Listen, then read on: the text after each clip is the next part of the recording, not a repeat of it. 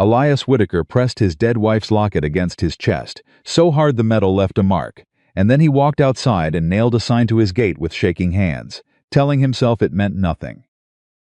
It meant everything, because 3 days later, a woman appeared on that road with bleeding feet and hollow eyes, and the most feared gunslinger in Montana territory had no idea his whole life was about to change.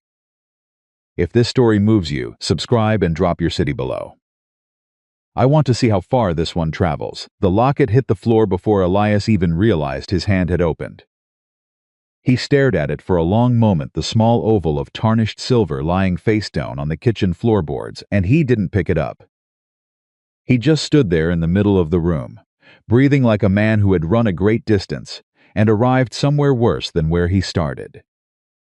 It was August, Montana summer. The kind of heat that didn't cool down after sundown, that pressed itself against the walls of the cabin like something alive, something patient. He hadn't eaten a real meal in 4 days, not because there was no food. There was food, dried beans in a tin, a half-wheel of hard cheese, strips of salted jerky he'd bought in town 3 weeks ago and hadn't finished. His body was still functioning, his hands still worked. His legs still carried him from the barn to the well to the back fence and back again. But somewhere between waking up and going to sleep, he had stopped believing that eating mattered. He was 51 years old. His wife Margaret had been dead for 6 years. His daughter, Rose, 8 years old, with her mother's laugh and his stubborn jaw, had been gone for 6 years and 3 weeks. They died within 12 days of each other. The illness came fast, the way bad things always did, and he had stood outside the doctor's door both times and been told there was nothing more to do. He had walked out of that town and never gone back. Built this ranch with his own hands in the valley between 2 low mountains where nobody could find him easily. Raised cattle, repaired fences, slept badly, woke up and did it again. That was the whole of it. That was the entire shape of his days. And now he was standing in his kitchen, looking at a locket on the floor and finally admitting something out loud that he had been refusing to say for 6 years. I can't keep doing this alone. His voice was rough from disuse. He barely recognized it. He picked up the locket, held it for another moment. Then he tucked it back into his breast pocket, went to the barn, pulled out a plank of scrap wood, and found a piece of charcoal. He wrote the words slowly, pressing hard, "Cook wanted. Shelter provided." He nailed it to the gatepost at the end of the road with 4 iron nails and a hammer he swung harder than necessary. When he was done, he stood back and looked at the sign and felt something close to humiliation. Because Elias Whitaker had once been the most feared man in 3 counties. Men had crossed the street when they saw him coming. Sheriffs had asked for his help and then asked him to leave. Bar fights ended before they started when someone recognized his face. He had been faster than fast, the kind of fast that didn't seem real until you'd seen it, and he had used that speed in ways that still came back to him in the hour before dawn. He had done things he couldn't undo, and now he was standing at his own gate asking the world to please send someone to cook his meals. He went back inside. He didn't look at the sign again. For 3 days nobody came. He told himself this was fine. He didn't need anyone. He'd been stupid to think otherwise. The ranch was too far from town. The sign was a mistake. He pulled out the jerky and ate it without tasting it and went to sleep in the chair by the fire, because the bed still smelled like Margaret even after all this time, and some nights he couldn't make himself lie down in it. On the morning of the 4th day, he was out by the back fence mending a broken post when he heard something. Not a horse, not a wagon, footsteps. He straightened up slow, one hand dropping to the revolver on his hip the way it always did, the way it probably always would no matter how many years passed.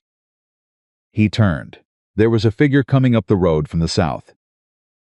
Walking alone, his eyes narrowed. It was a woman. Young mid-20s maybe. Dressed in a faded calico dress that had once been blue and was now the color of old sky. Her hair was dark, tied back with a strip of cloth that had come half loose. She was carrying a bag, more of a bundle, really a piece of cloth tied at the corners, and she was walking like someone who had been walking for a very long time. And she was barefoot, On the dry, cracked ground of a Montana August, with the rocks and the hardpan and the thorned brush along the edges of the road, she was walking in bare feet. Elias didn't move. He watched her approach the gate. Watched her stop. Watched her read the sign. She stood there for a moment, perfectly still. Then she pushed the gate open and walked through. He called out before she reached the porch. "That's far enough." She stopped. She looked at him across the yard, and she didn't flinch. He'd spoken to men twice her size in that tone and had them step backward. She just looked at him the way someone looks at weather, assessing, calm, accepting what she finds. "Sign says cook wanted," she said. Her voice was steady. A little raw, like someone who hadn't spoken much recently either. "Sign says that," he confirmed. "I can cook. You got experience?"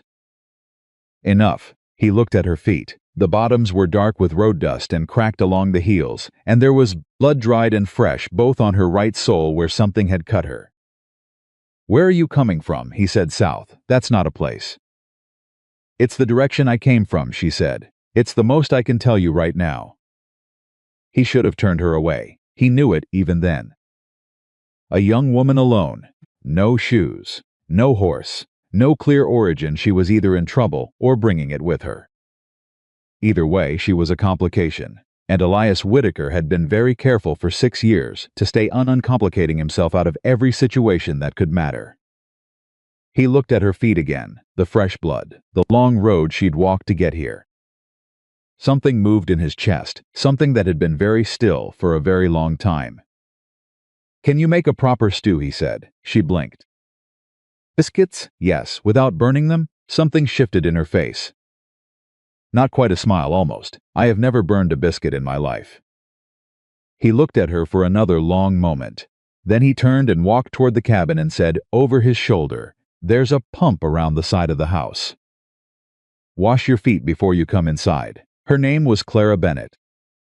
He didn't ask her for it that first day. She told him herself, plainly, when she came inside and he pointed her toward the kitchen. "Clara Bennett," she said, "in case you needed to know who was cooking your food." "Elias," he said. He didn't offer the last name. She didn't ask for it. She looked at the kitchen the way a person looks at a problem they've already decided to solve.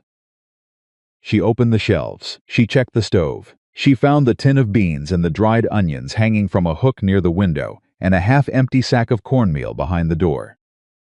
"I'll need more than this," she said. "Town's 7 miles east." "Is there a garden?" He almost laughed. It came out like a short exhale through his nose.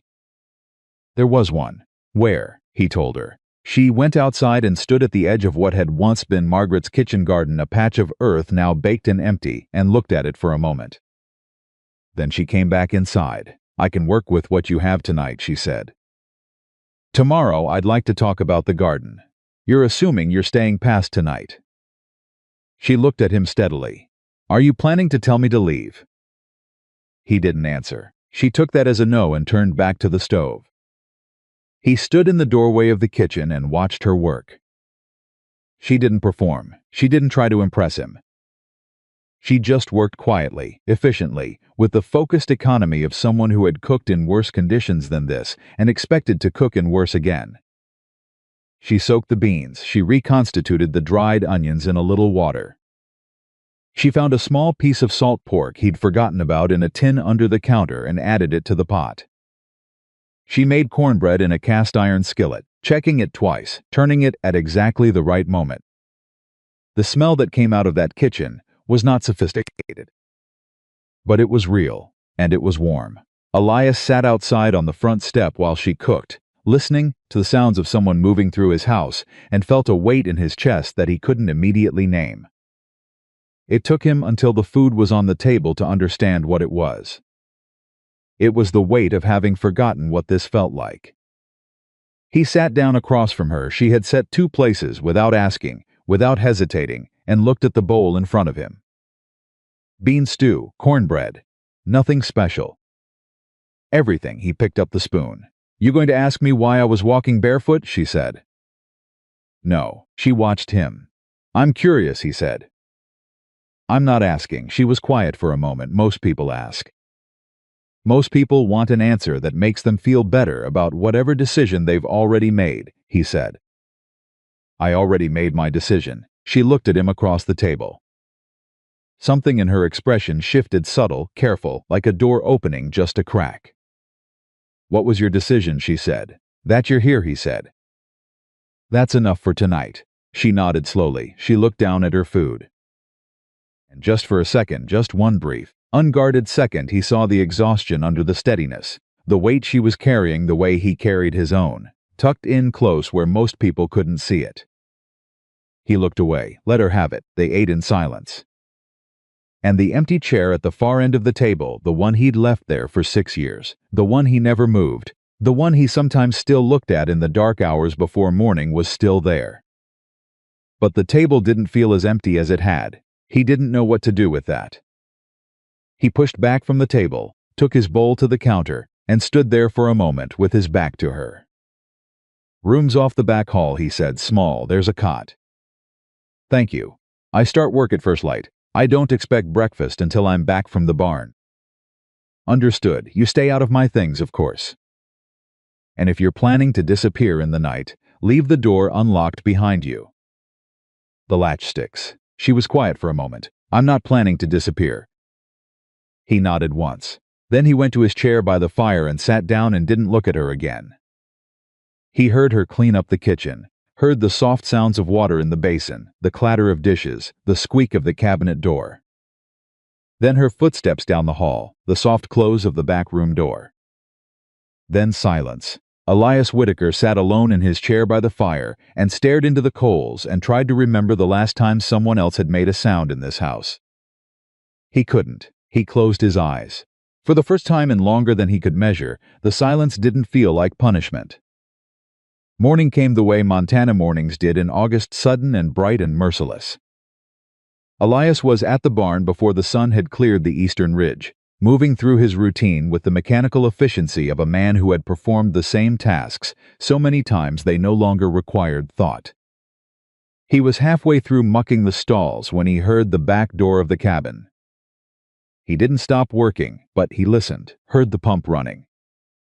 The back step, movement in the kitchen. When he came inside 90 minutes later, there was coffee on the stove and a plate covered with a cloth on the table. He lifted the cloth, fried eggs, toast from the cornbread leftovers, pan-crisped. A small dish of the salt he kept in the cabinet. He stood there for a moment. Then he sat down and ate. She appeared from the back hallway as he was finishing, dressed for work, her hair already pinned up. Morning, she said, morning. She moved into the kitchen without ceremony, began taking inventory of what was there. He watched her open cabinets with a focused, practical attention, like she was mapping the territory. I'll need to go to town, she said. You'll need to wait until I go. When do you go? When I need to. She turned and looked at him. If I'm going to cook actual meals, I need actual provisions. Flour, lard, salt, fresh vegetables if there are any.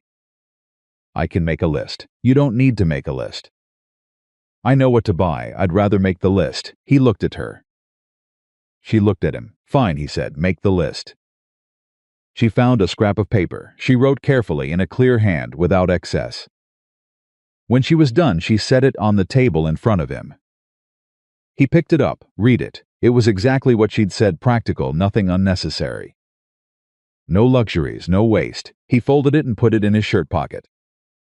You read and write, he said. Yes. He didn't ask more than that. But she answered anyway. I had schooling until I was 14. After that I educated myself. He nodded, stood up. Reached for his hat. I'll be going to town Thursday. That's 3 days. That's 3 days, he confirmed. He picked up his hat. There's a patch of ground behind the south garden gets afternoon shade.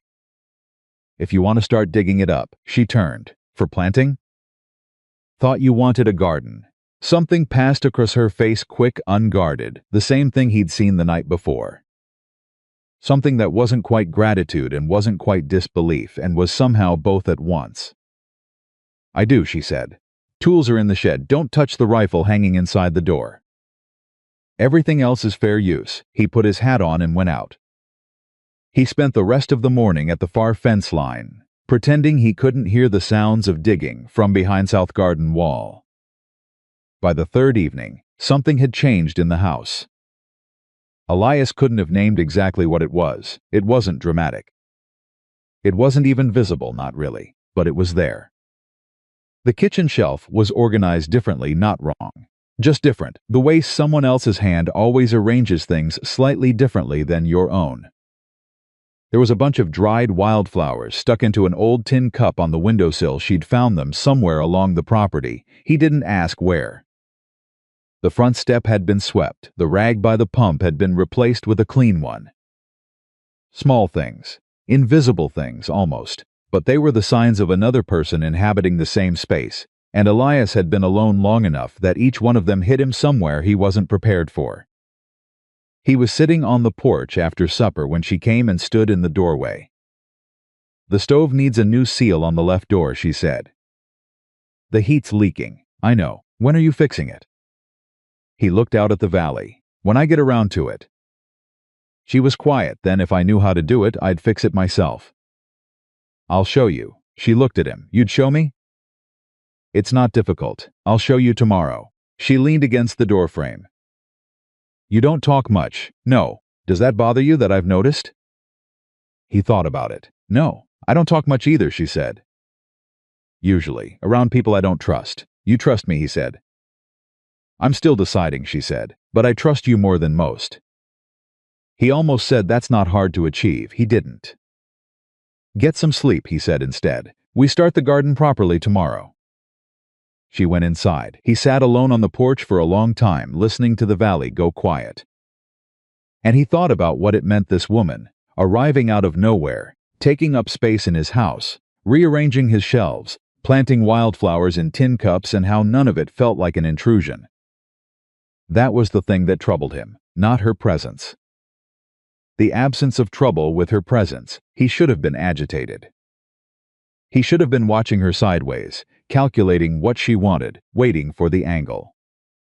That was how he'd moved through the world since Margaret died. Guarded, suspicious, closed. But there was something about Clara Bennett that didn't trigger any of those defenses. And he didn't know yet if that meant she was exactly what she appeared to be, or if she was the most dangerous person who had ever walked through his gate. Thursday came. He went to town. He didn't take her. She didn't argue about it, which surprised him. She just handed him the list and went back to the garden, and he rode the 7 miles into Ridgecross alone the way he always did, his hat low, his eyes forward, hoping nobody would want to talk. Ridgecross was small. One main street, a general store, a saloon, a livery, a church at the East End that nobody attended regularly. The kind of town that had started as something and never quite committed to becoming anything more. Elias tied his horse outside the general store and went in. Franklin, who ran the store, was a stout man with a careful disposition. He knew Elias the way most people in Ridgecross knew him, warily, respectfully, and at a slight distance. "Whitaker," he said. "Franklin." Elias handed over the list. Franklin read it, looked up. "This is a lot of flour." Apparently. Franklin started pulling the items. He didn't ask questions. That was one of the things Elias respected about him. But the man at the counter to Elias's left wasn't Franklin. He was a rancher from north of town, stocky, red-faced, a man named Greer who had opinions about most things and the vocal volume to ensure everyone heard them. "Hear you got a woman out at your place," Greer said. Elias didn't look at him. "That right. Word travels." "Young woman. Arrived on foot, they're saying. They're saying that." "Seems strange," Greer said. "Man like you taking in a stray." Elias kept his eyes on the counter. "Hired a cook," he said. "That's all. Just a cook," Greer said. The way he said it made the words ugly. Elias turned his head then and looked at the man. Not fast. Not threatening. Just slow and direct and completely without expression. Greer stopped talking. "Just a cook," Elias said again quietly. He turned back to the counter. Franklin set his parcels down, totaled the price, received payment, and said nothing else. Elias loaded the supplies and rode back. When he got home, Clara was on the porch. She stood up when she saw the supplies on the horse. "You got everything," she said. "Everything on the list." "The pepper?" "The pepper." She came down the steps and started helping him unload without being asked.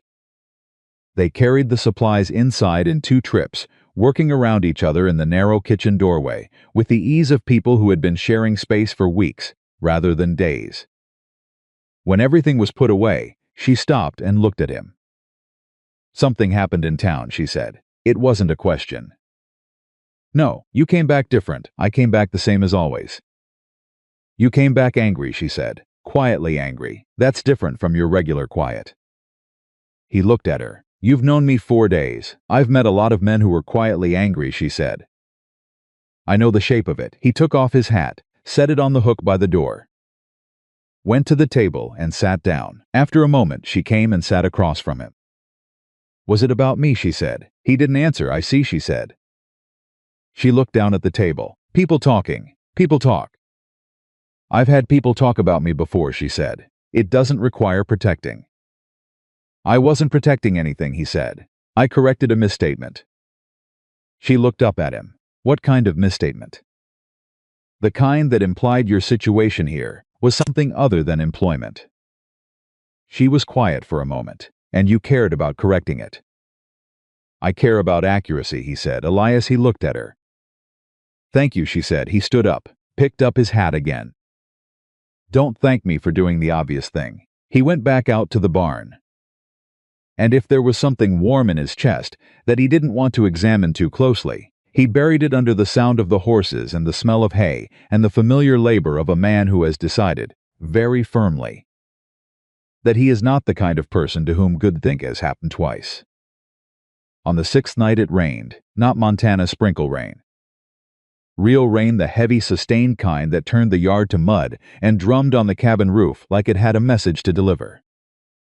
Elias sat by the fire. He'd been reading or trying to.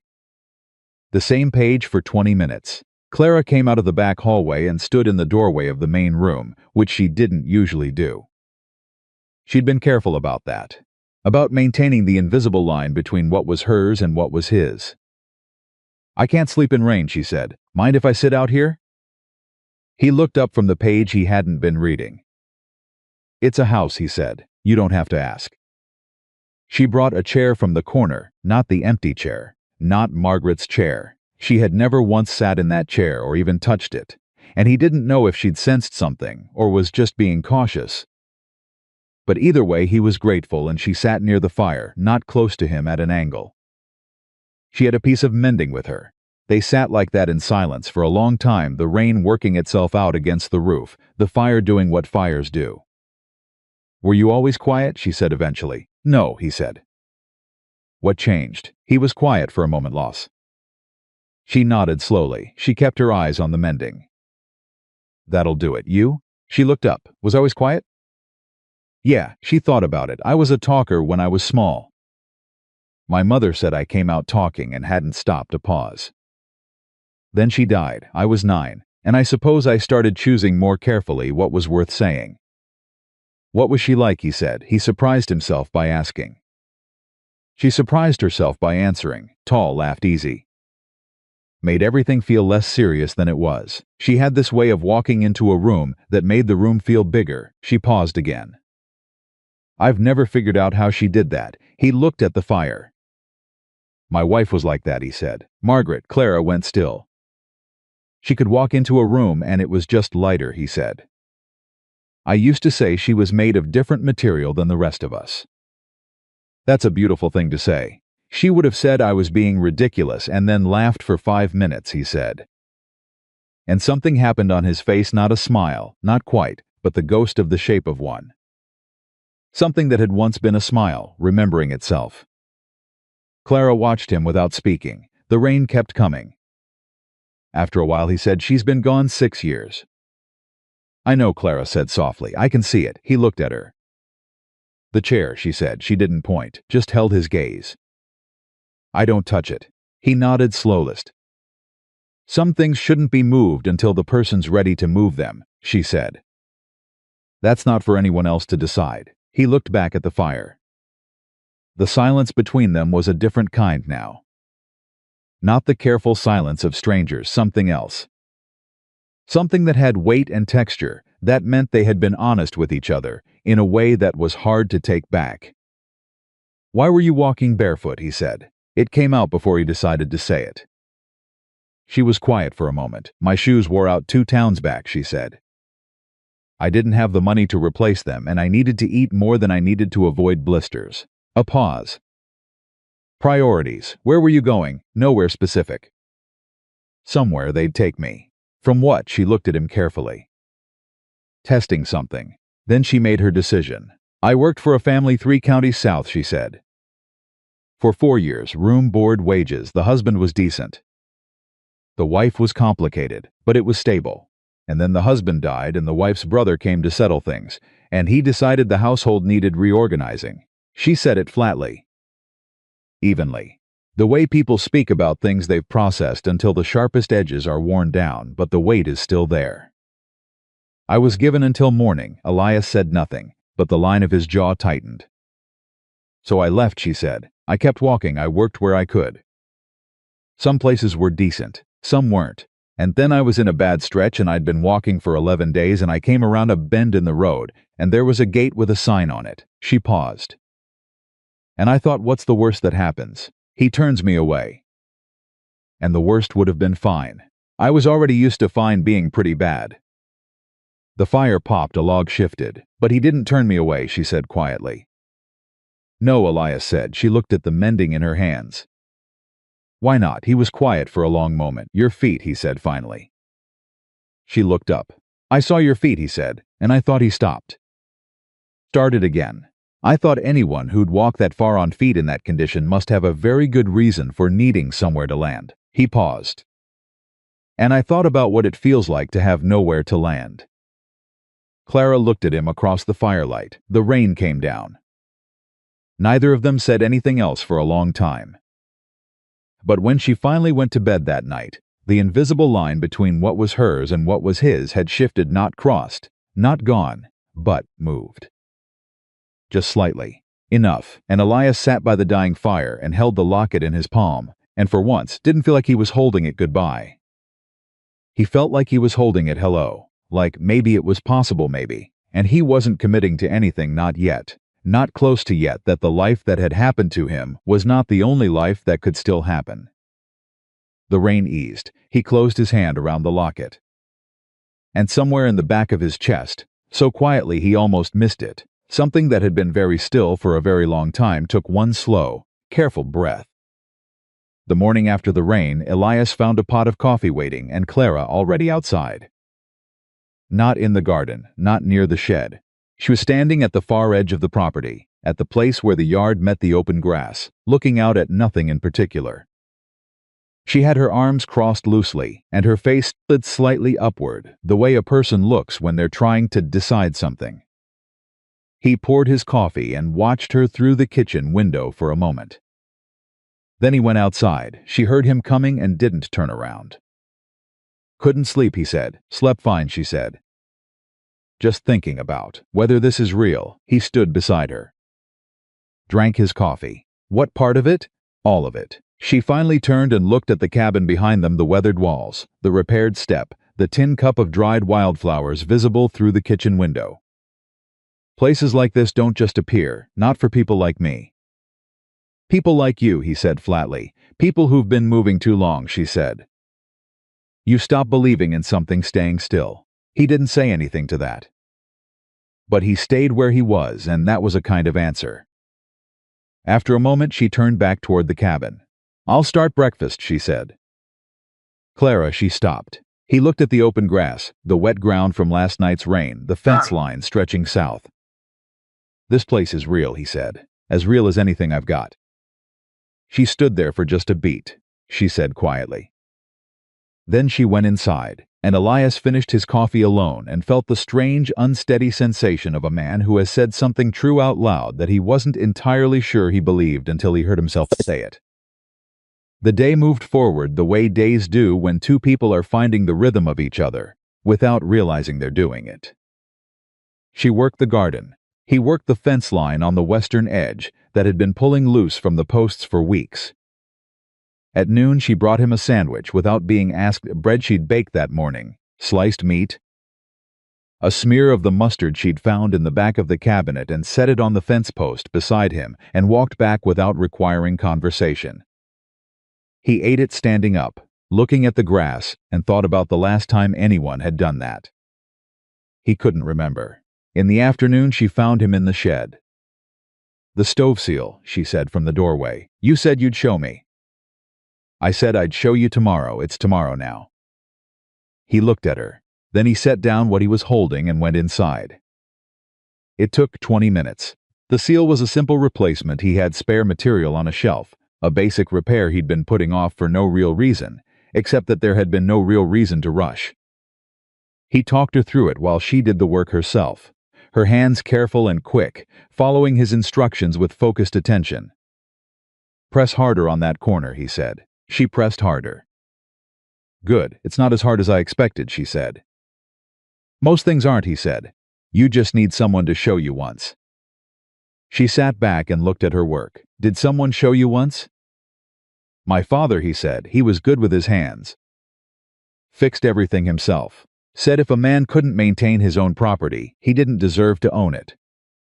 "Sounds like a hard standard." "He was a hard man," Elias said. "But fair." She turned and looked at him. "Did you always want a ranch?" "No," he said, and he surprised himself again by continuing. "I wanted to run. That's all I knew how to do when I was young." "Be faster, go farther, get there first." He paused. "It took me a long time to understand there's no prize waiting when you arrive." She was quiet. "Then what made you stop running?" "Margaret," he said simply. The name landed in the room the way it always did, not heavy, not sharp, but present. Like weather that had already passed but left the ground changed. "She saw something in you worth staying for," Clara said. It wasn't a question. "She saw something I didn't know was there," he said. "That's different." Clara looked at the repaired stove seal. "Not as different as you think," she said softly. He didn't ask her what she meant by that. He thought about it for the rest of the afternoon. 3 days later, Elias rode into Ridgecross for fence supplies. He tied his horse outside the general store and was inside for less than 10 minutes. But when he came out, there were 2 men leaning against the post in front of the saloon across the street, watching him with the particular kind of attention that had nothing to do with curiosity. He recognized one of them. His name was Roy Dunbar. He'd ridden with Calvin Mercer's outfit 6 years ago, before Elias had left the territory, before he'd built the ranch, back in the years he preferred not to think about. Dunbar was lean and watchful, with pale eyes that never seemed to blink quite the right amount. Elias loaded his supplies without changing his pace. He didn't look at them again, but as he untied his horse, he heard boots crossing the dirt street. "Whitaker." He didn't turn around. "Whitaker, closer now." He turned. Dunbar stopped 6 feet away. The other man, younger, someone Elias didn't recognize, hung back. "Roy," Elias said. "Been a while," Dunbar said. He smiled, which made him look less friendly, not more. "Didn't know you were still out this way." "Still out this way," Elias said. "Heard you built a ranch." Settled down, Dunbar looked him up and down in the manner of a man conducting an inventory. "You look different." "I am different, that's so." Dunbar tilted his head slightly. "Calvin's been asking about you." Elias went still. "He kept his face exactly where it was, is he said. "Has some business he says got left unfinished." Dunbar's smile stayed put. "You know how Calvin feels about unfinished business." "Tell Calvin," Elias said, "that whatever business he thinks we have is finished." "Has been for 6 years." Dunbar shrugged. "I'll pass it along." "But you know Calvin." "I know Calvin," Elias said. "That's why I'm telling you what I'm telling you." He put his foot in the stirrup and mounted. Dunbar stepped back, not scared, just calculating. "Nice to know you're still out here," Dunbar said pleasantly. "Makes things easier." Elias rode without looking back. He held himself very still the whole 7 miles home, and his mind was moving the way it moved in the old days, tracking exits, calculating distances, running through every variable of a situation that hadn't arrived yet but was coming. He recognized the feeling. He hated the feeling. He'd spent 6 years trying to be someone that feeling didn't belong to anymore. When he got back to the ranch, Clara was on the porch. She looked at his face, and the smile she'd been forming stopped partway through. "What happened?" she said. "Nothing," he said. "Go inside." She stood up. Elias, Clara. His voice came out harder than he meant it. Please go inside. She looked at him for a moment, not frightened, not retreating, just reading him the way she'd learned to read him in the short time she'd been here. And then she went inside without another word. He stood by the horse and breathed. Then he went and put the horse away and came back and sat on the front step in the dark for a long time, working through it. Calvin Mercer. Of all the things he'd walked away from, the violence, the reputation, the life that had nearly consumed him, Calvin Mercer was the one piece he hadn't been able to fully leave behind. Not because he owed the man anything, not really. The debt, Calvin claimed, was a fabrication built on a misremembering of old events, or possibly a deliberate lie. But Calvin was the kind of man who made his fictions real through sheer persistence. And now Calvin knew where he was, and Clara was here. That was the part that sat in his chest like a stone. The door opened behind him. She came and sat beside him on the step, not close, but beside. She had 2 cups of coffee, handed him one. He took it. They sat. You don't have to tell me, she said, I know. But I want you to know that I've been in situations before where keeping me uninformed made things worse, she said. Not because I'd panic, because I'd have been more useful if I'd known. He looked at his coffee. There's a man, he said. Named Calvin Mercer. We have history. What kind of history? The kind that follows you, he said. I rode with his outfit a long time ago. Before Margaret, before any of this, he paused. I wasn't a good man then. I want to be honest about that. I did things for money and reputation that I'm not proud of. Calvin ran that world. He was smart and ruthless, and he had a talent for making people feel like they owed him things they didn't owe him. And he's found you, she said. He's found out where I am, Elias said. That's a first step for a man like him. She was quiet for a moment. Is he dangerous? Yes. She absorbed that. What does he want? He claims there's a debt, old money from a job that went wrong years ago. I've told myself and him, the one time we had words about it, that it doesn't exist. But Calvin doesn't lose interest in things he's decided to pursue. He's coming here, she said. Not equivocally. She turned and looked at him. Because of the ranch? He looked at her. Then he looked away. Because of the ranch, he said. And other things, she understood. He saw it register in her face, not fear, exactly. Something more complicated. The understanding of what it meant that she was here. That her presence was a variable in someone else's dangerous calculation. I should go, she said. No, he said immediately. She blinked. He hadn't planned to say it that fast. But it was out. You're not going anywhere because of Calvin Mercer, he said. That's not how this works, Elias, if I'm a liability. You're not a liability, he said. You're someone who lives here. That's different. She looked at him steadily. Do you understand what you're saying? I understand exactly what I'm saying, he said, and I'd appreciate it if you didn't argue with me about it tonight. She was quiet. Okay, she said finally. Okay, they drank their coffee. I can shoot, she said after a while. He turned and looked at her. Not well, she admitted, but I'm not helpless. Something shifted in his expression. Not quite amusement, something slightly more complicated than that. Something that lived alongside worry and unexpected warmth. Good to know, he said. She went to bed. He stayed on the step until well past midnight, watching the dark edge of the road that came up from the south. And he made himself think very clearly about who he was and who he'd been, and what the difference actually meant when a man with a grudge and no conscience came knocking. The next morning he went out to the shed and checked his rifle. Clara watched him do it from the kitchen doorway and said nothing. He appreciated that. He appreciated it so much it scared him a little. The following week passed with an outward calm that both of them maintained by quiet agreement.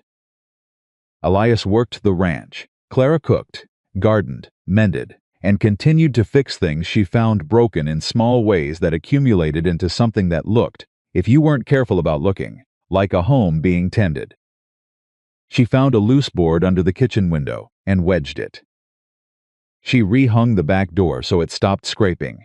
She mended the curtain in the front room that had been hanging by a single hook for what appeared to be years. One evening Elias came in and saw the curtain hung properly and stopped in the doorway. You fixed that, he said. It was bothering me, she said. I hope that's all right. It's all right, he said. But he stood there for another moment, Elias. It was Margaret's curtain, he said. She hung it herself. Clara went very still. I didn't know. I'm sorry, I can take it down, I can put it back. No, he said. She hung it because she wanted it to work, he said. It was supposed to hang right. She would have fixed it herself the moment she noticed it sagging. He paused. She would have said it took me long enough. Clara watched him. He moved to his chair, sat down. Thank you, he said. You're welcome, she said softly. That night he lay in the bed that still sometimes smelled faintly of Margaret, and he stared at the ceiling, and he made himself take inventory of what was happening to him. He was thinking about Clara during the day. Not in the way a man thinks about a beautiful woman, though. Clara was that, in a direct and unadorned way that had nothing to do with artifice. He was thinking about her the way he thought about things that mattered. The way he thought about fence lines that needed attention and cattle that were off their feed and weather that needed watching.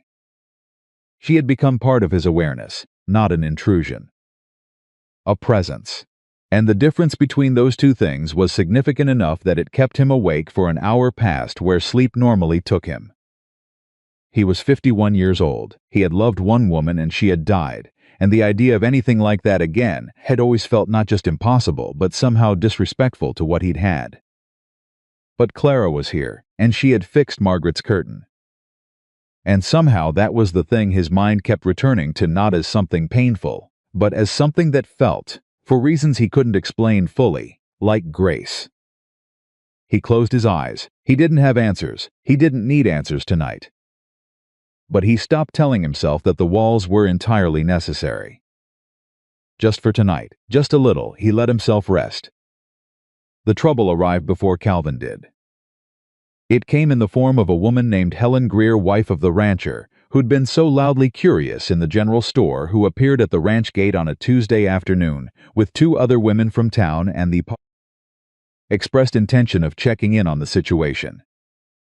Elias wasn't there. He'd ridden out to the north pasture after lunch. Clara was alone. She opened the gate herself, because that was what you did when visitors came, and she stood on the porch and watched the three women come up the yard with the bright, sharp energy of people performing concern while delivering judgment. Miss Bennet, said Helen Greer. She was a woman who carried her own authority like a garment she'd chosen deliberately. We wanted to be neighborly. That's kind of you, Clara said evenly. We've heard about your situation, said one of the other women, younger, with the restless eyes of someone who finds most things more interesting as gossip than as reality. Arriving as you did. Alone with nothing, I arrived in response to an employment posting, Clara said. Is that the situation you mean? A beat. The three women exchanged something. We mean, said Helen, choosing her words with the particular care of a woman who has decided she isn't being unkind, only honest, that a young woman living alone with a man of Mr. Whitaker's reputation is in a delicate position. My position is employed, Clara said. Yes, but Mrs. Greer, Clara said, I've cooked 3 meals a day, repaired 5 broken things, and started a kitchen garden from dead soil.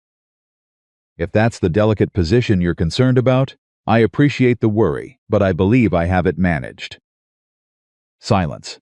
The younger woman with the restless eyes pressed her lips together like she was trying not to smile. You don't know this man's history, Helen said. Her voice dropped its brightness slightly. Underneath it was something that might have been genuine. He was a gunslinger, Miss Bennet, a hired gun. There are stories. There are always stories, Clara said.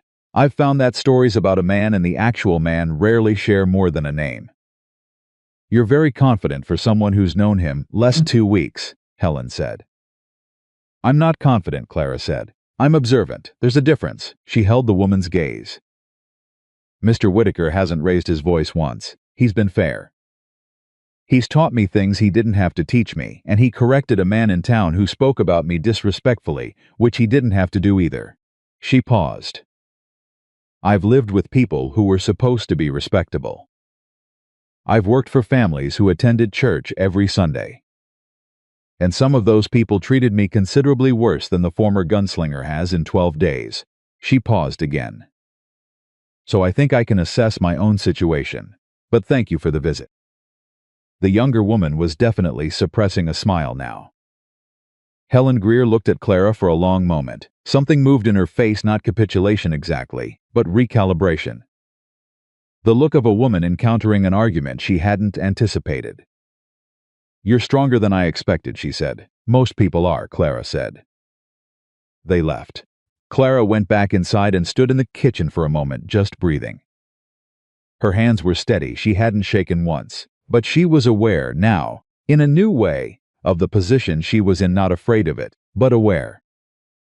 The town was watching, the town had opinions, and those opinions had the potential to make life significantly more complicated. She started making bread. Kneading dough was good for thinking. By the time Elias came home, she had 3 loaves ready. The kitchen smelled extraordinary, and she had decided something. You had visitors, he said when he came in. He'd seen the wheel tracks in the yard. Helen Greer and 2 others, she said. She handed him coffee. What did they want? To warn me about you, she said. And to see whether I was someone who could be warned. He looked at her. And what did they decide, Mrs.? Greer called me stronger than she expected. A pause. I think she meant it as a compliment. He snorted a small sound, almost involuntary. It might have been a laugh. What did you tell them, he said. The truth, she said. That you've been fair and decent, and that stories about men are frequently more dramatic than the men themselves. He went quiet, set his cup down, looked at her. Clara, he said. You don't have to defend me. I know I don't have to, she said. That's rather the point, isn't it? He looked at her for a long moment. Then he picked his cup back up and said, Those loaves are going to be good. They're always good, she said, and that was that. Except it wasn't, because that evening he came in from checking the south fence and found her sitting at the table with a piece of paper and a stub of pencil, writing something. She covered it when she heard him, a quick instinctive gesture, and then stopped herself and uncovered it again, because the covering was the thing that needed explaining. I was writing a letter, she said before he could ask. To who? She looked at the paper. My sister, half-sister, technically. She's in St. Louis. We haven't spoken in 3 years.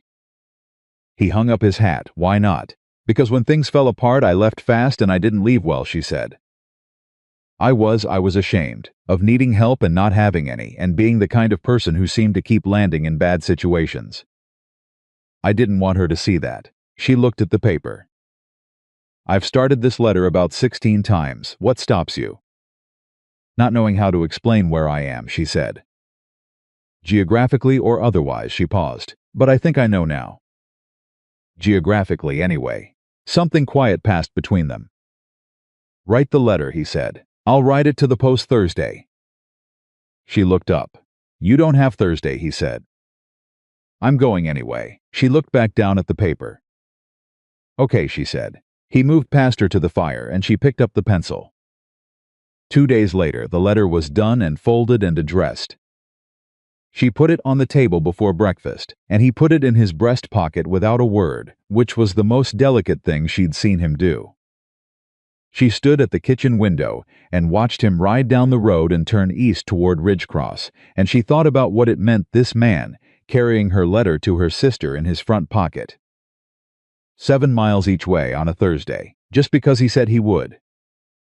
She thought about Helen Greer's face. She thought about what the town believed it knew. She thought about the empty chair and the locket she'd glimpsed once in his hand, late at night when she'd gotten up for water, and he hadn't heard her. She turned back to the kitchen and found herself smiling at the bowl of bread dough she'd left rising on the counter. Not a performed smile, not a real one. Small and private and startling. She pressed the back of her hand against her mouth and stood there for a moment, feeling the shape of something she hadn't felt in a long time, something she hadn't trusted enough to name in years, and she let herself feel it, just for a moment, before she went back to work. Elias came home from Ridgecross later than expected. He unsaddled the horse and came in through the back. And she knew immediately that something had happened.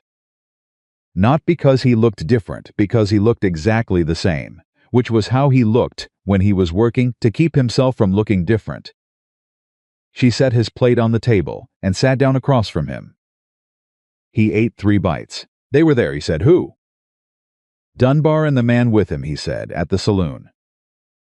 Different table, same eyes, watching me the whole time I was in the store. He set his fork down.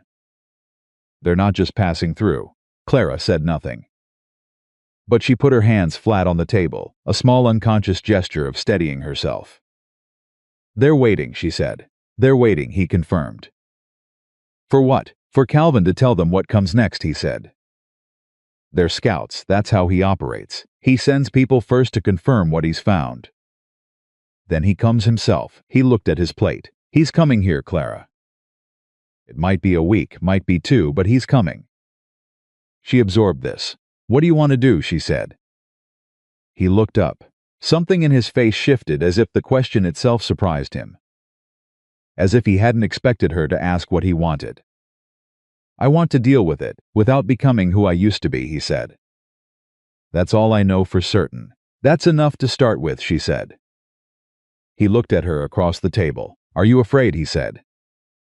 She met his eyes. Yes, she said. I'm also staying. He held her gaze for a long moment. Then he picked up his fork.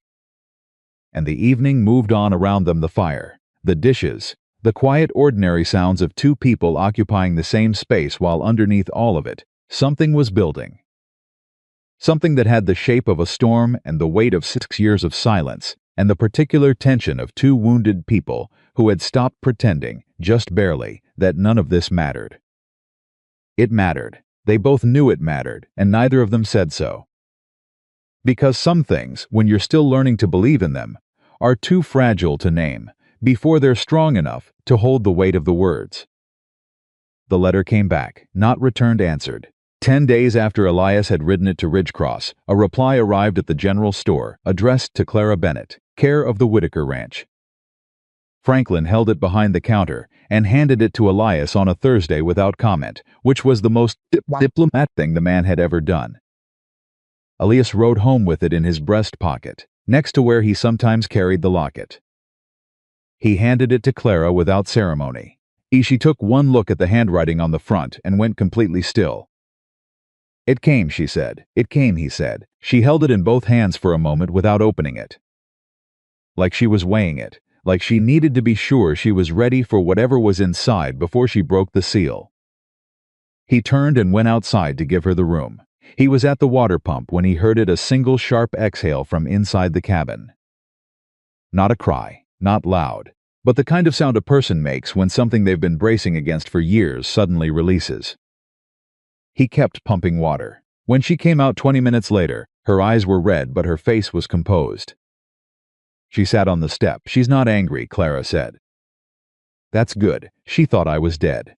Clara's voice was flat with the effort of not letting it shake.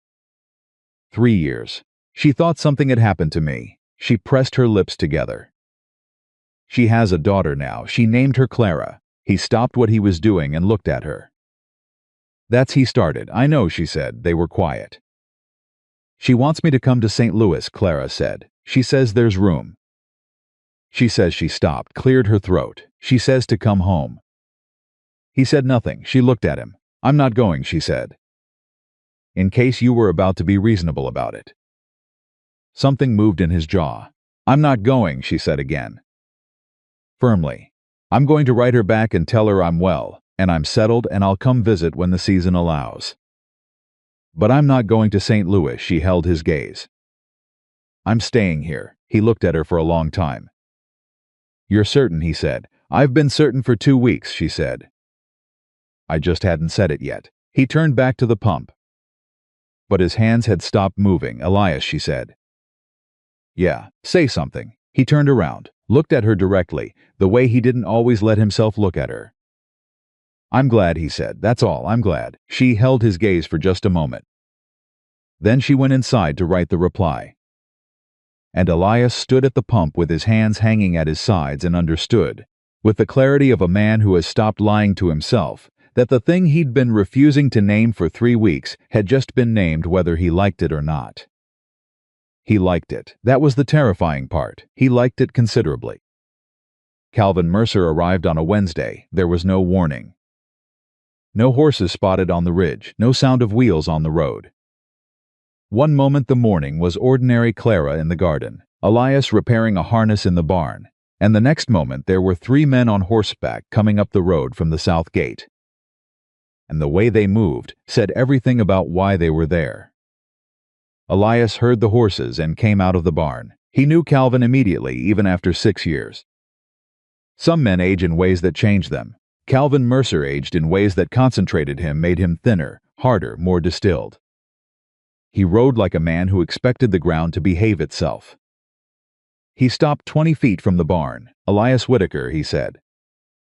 His voice was the same, easy, conversational, with the particular warmth of someone who has learned that warmth is the most disarming weapon available. "Calvin," Elias said. He hadn't reached for the revolver. Not yet. He kept his hands loose. Calvin looked around the yard with the assessing sweep of someone taking inventory. His eyes landed on Clara, who had straightened up from the garden and was watching with the stillness of a person who has learned that stillness is its own kind of armor. "Nice place," Calvin said. His eyes came back to Elias. "Didn't know you had it in you to build something." "What do you want?" Calvin came to talk. Calvin swung down from the horse.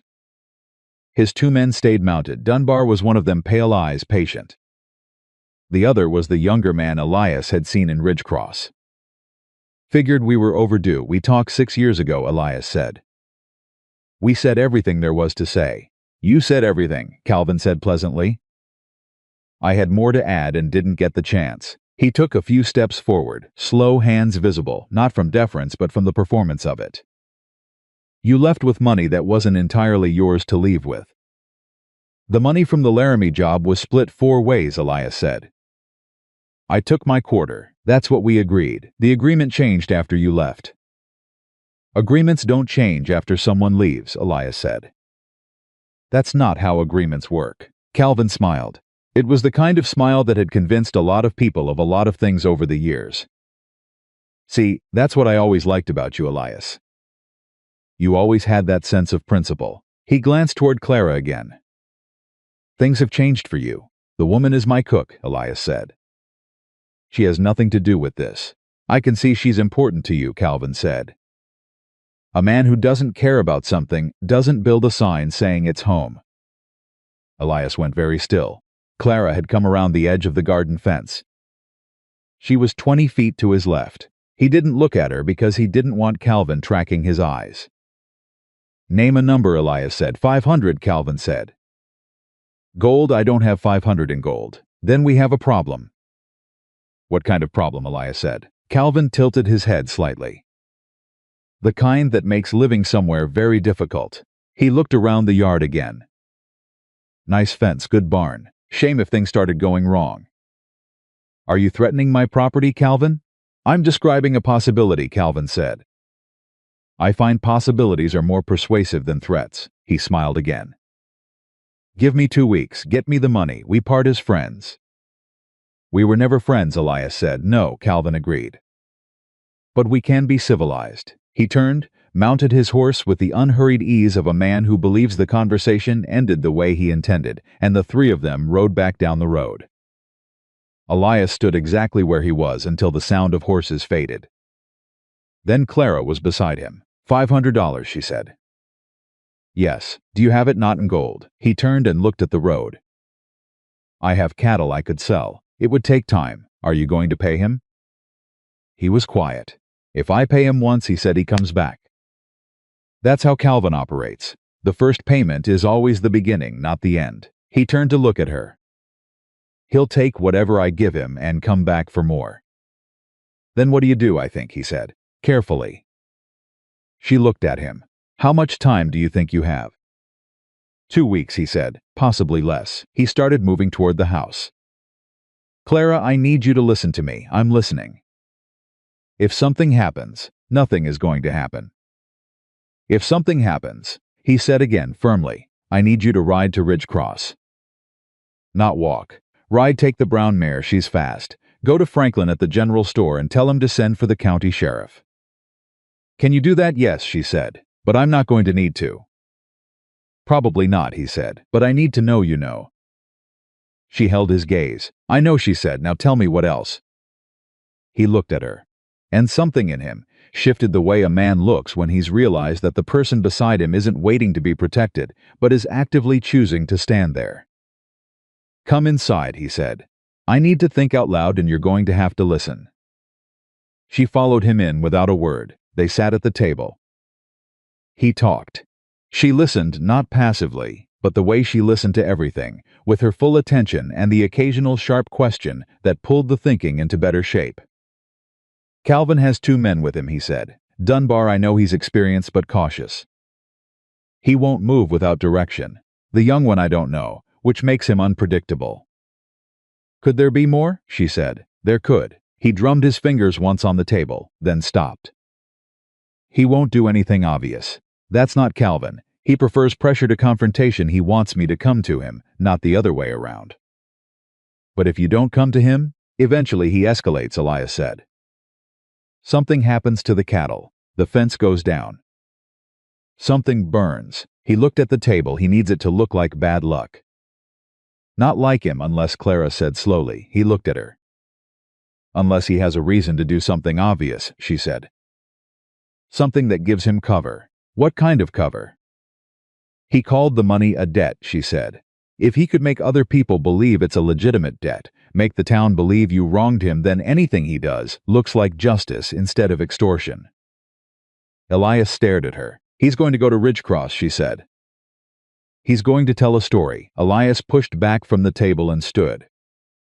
Franklin, he said. You need to get there first, she said. Tell Franklin yourself, before Calvin's version becomes the only version. He looked at her for a full second. When did you get so sharp about men like Calvin, he said. She held his gaze. I've met men like Calvin before, she said quietly. Just in smaller versions. He held that, nodded once. I'll ride tomorrow morning, he said. Tonight, she said. Clara, tonight, she said again. He was already one step ahead by knowing where you were. Don't give him another. He was already reaching for his hat. He rode to Ridgecross in the last light of the afternoon and arrived as Franklin was closing the store. He talked for 15 minutes. Franklin was a careful listener. He asked 2 questions and said very little else, but what he said was enough.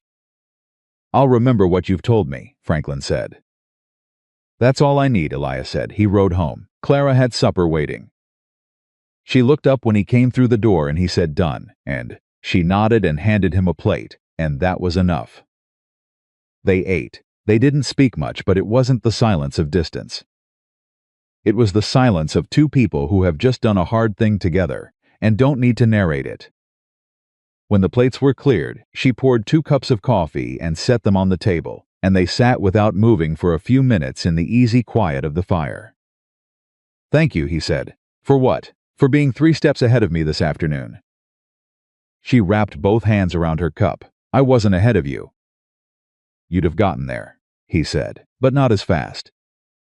She looked at him sideways, Elias Whitaker admitting someone else had a useful thought. I want to mark the date. The corner of his mouth moved.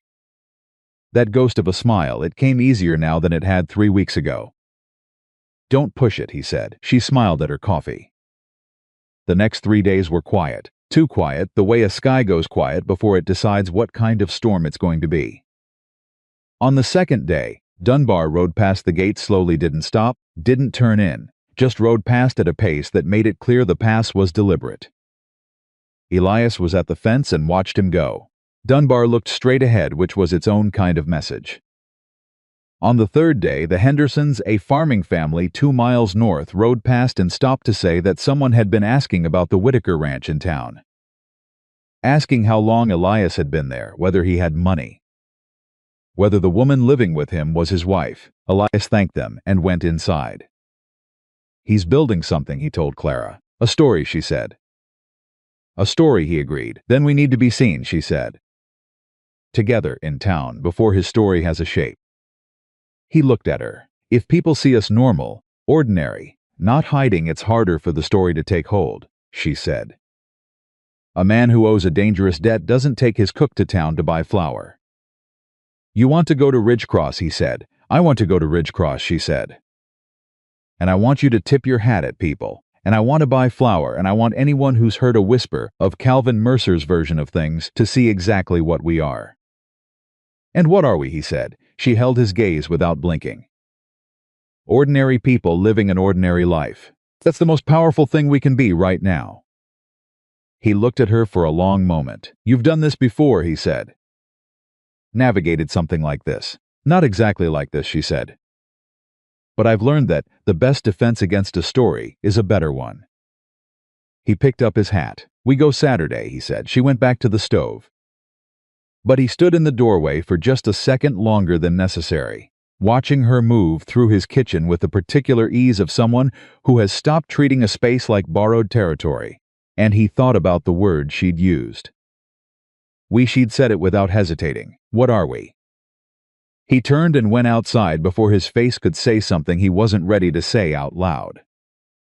Saturday arrived. They rode the 7 miles to Ridgecross side by side on horseback, Clara on the brown mare and Elias on his gray, and the morning was clear and fast, and she rode with the ease of someone who'd ridden since childhood.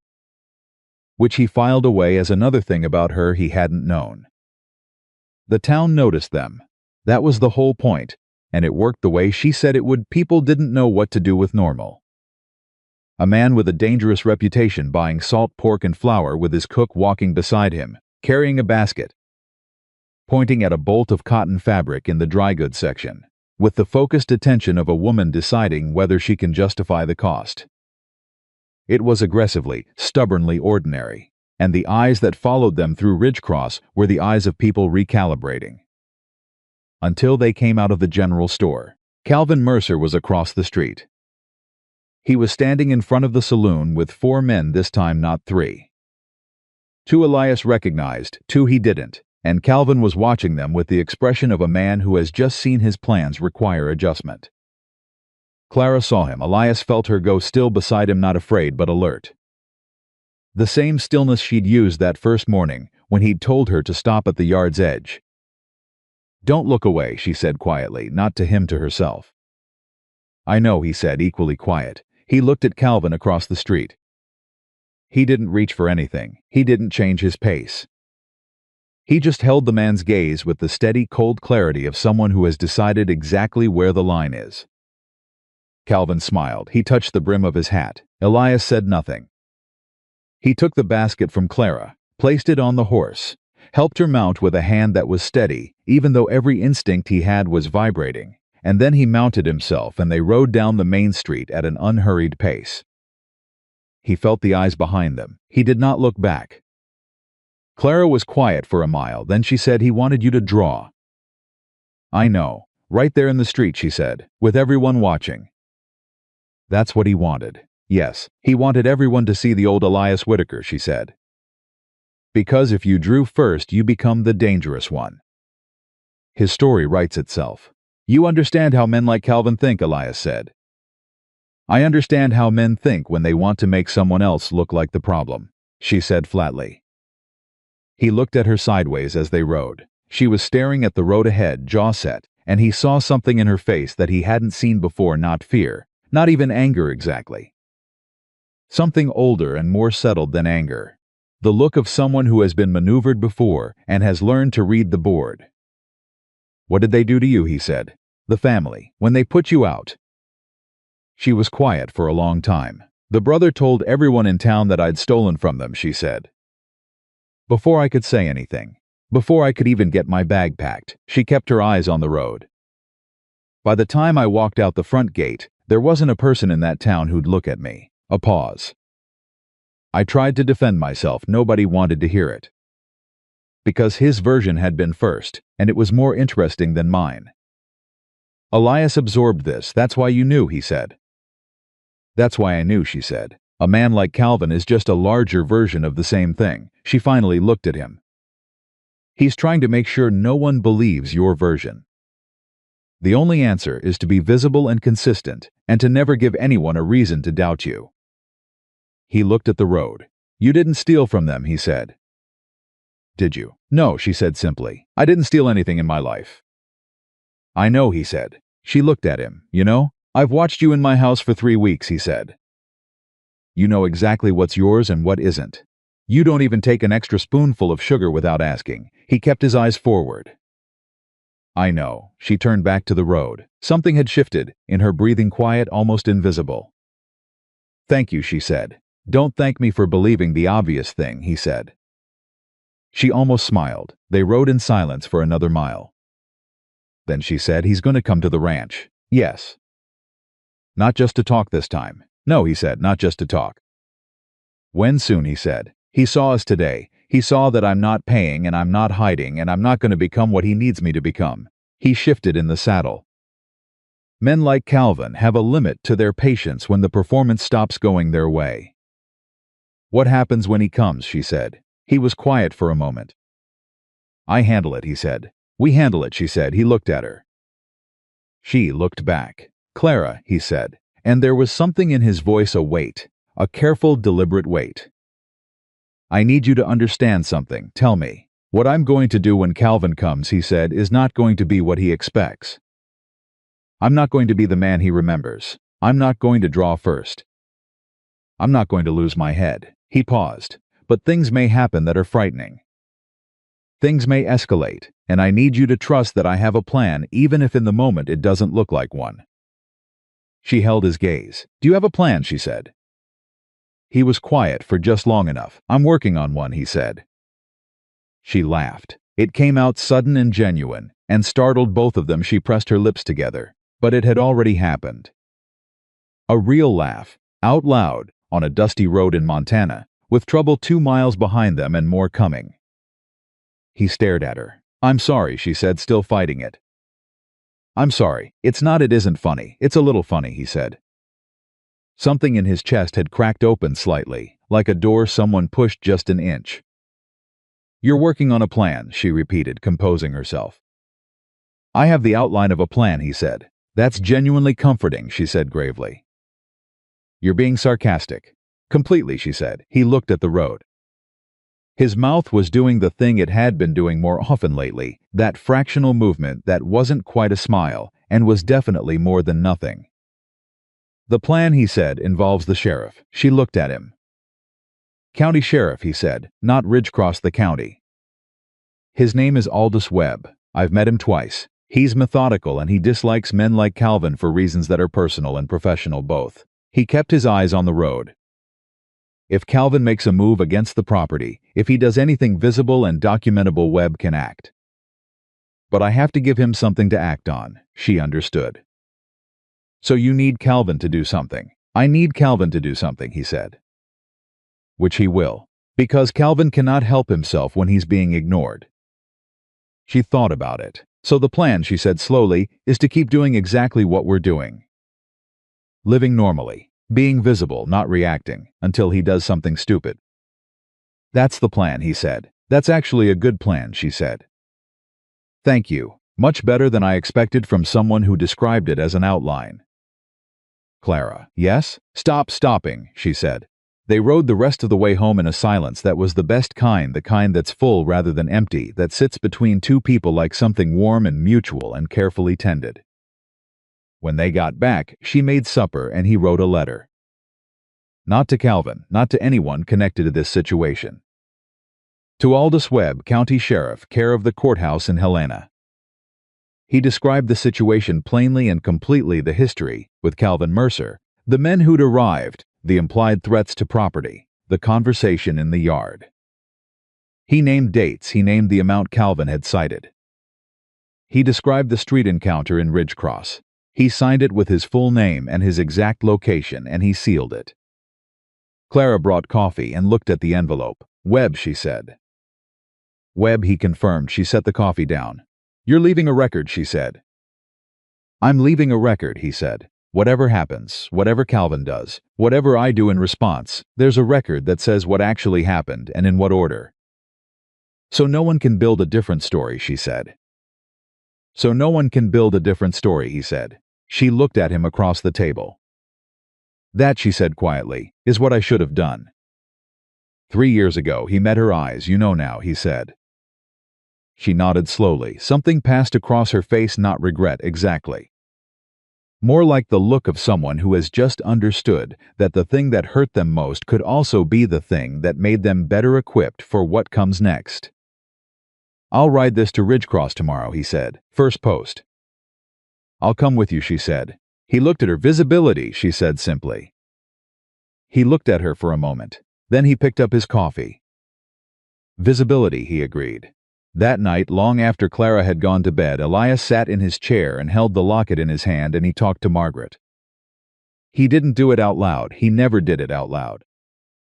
But he did it in the space behind his sternum, where she still lived, the way she'd always lived even after she was gone, present, clear, a voice that sounded like sense when everything else was noise. "I didn't expect this," he told her. He could almost hear her, the laugh first, always the laugh. "I know you didn't. That's usually how the good things arrive." "She's different," he said. "She is," the voice agreed. "So are you now. That's rather the point." He sat with that. "I'm scared," he admitted. "That's the most honest thing you've said in 6 years," she said. "Good." He looked at the locket. "I don't want to lose someone again," he said. "Then stop acting like you already have," she said. He closed his hand around the silver. Outside, the Montana night pressed its silence against the cabin walls.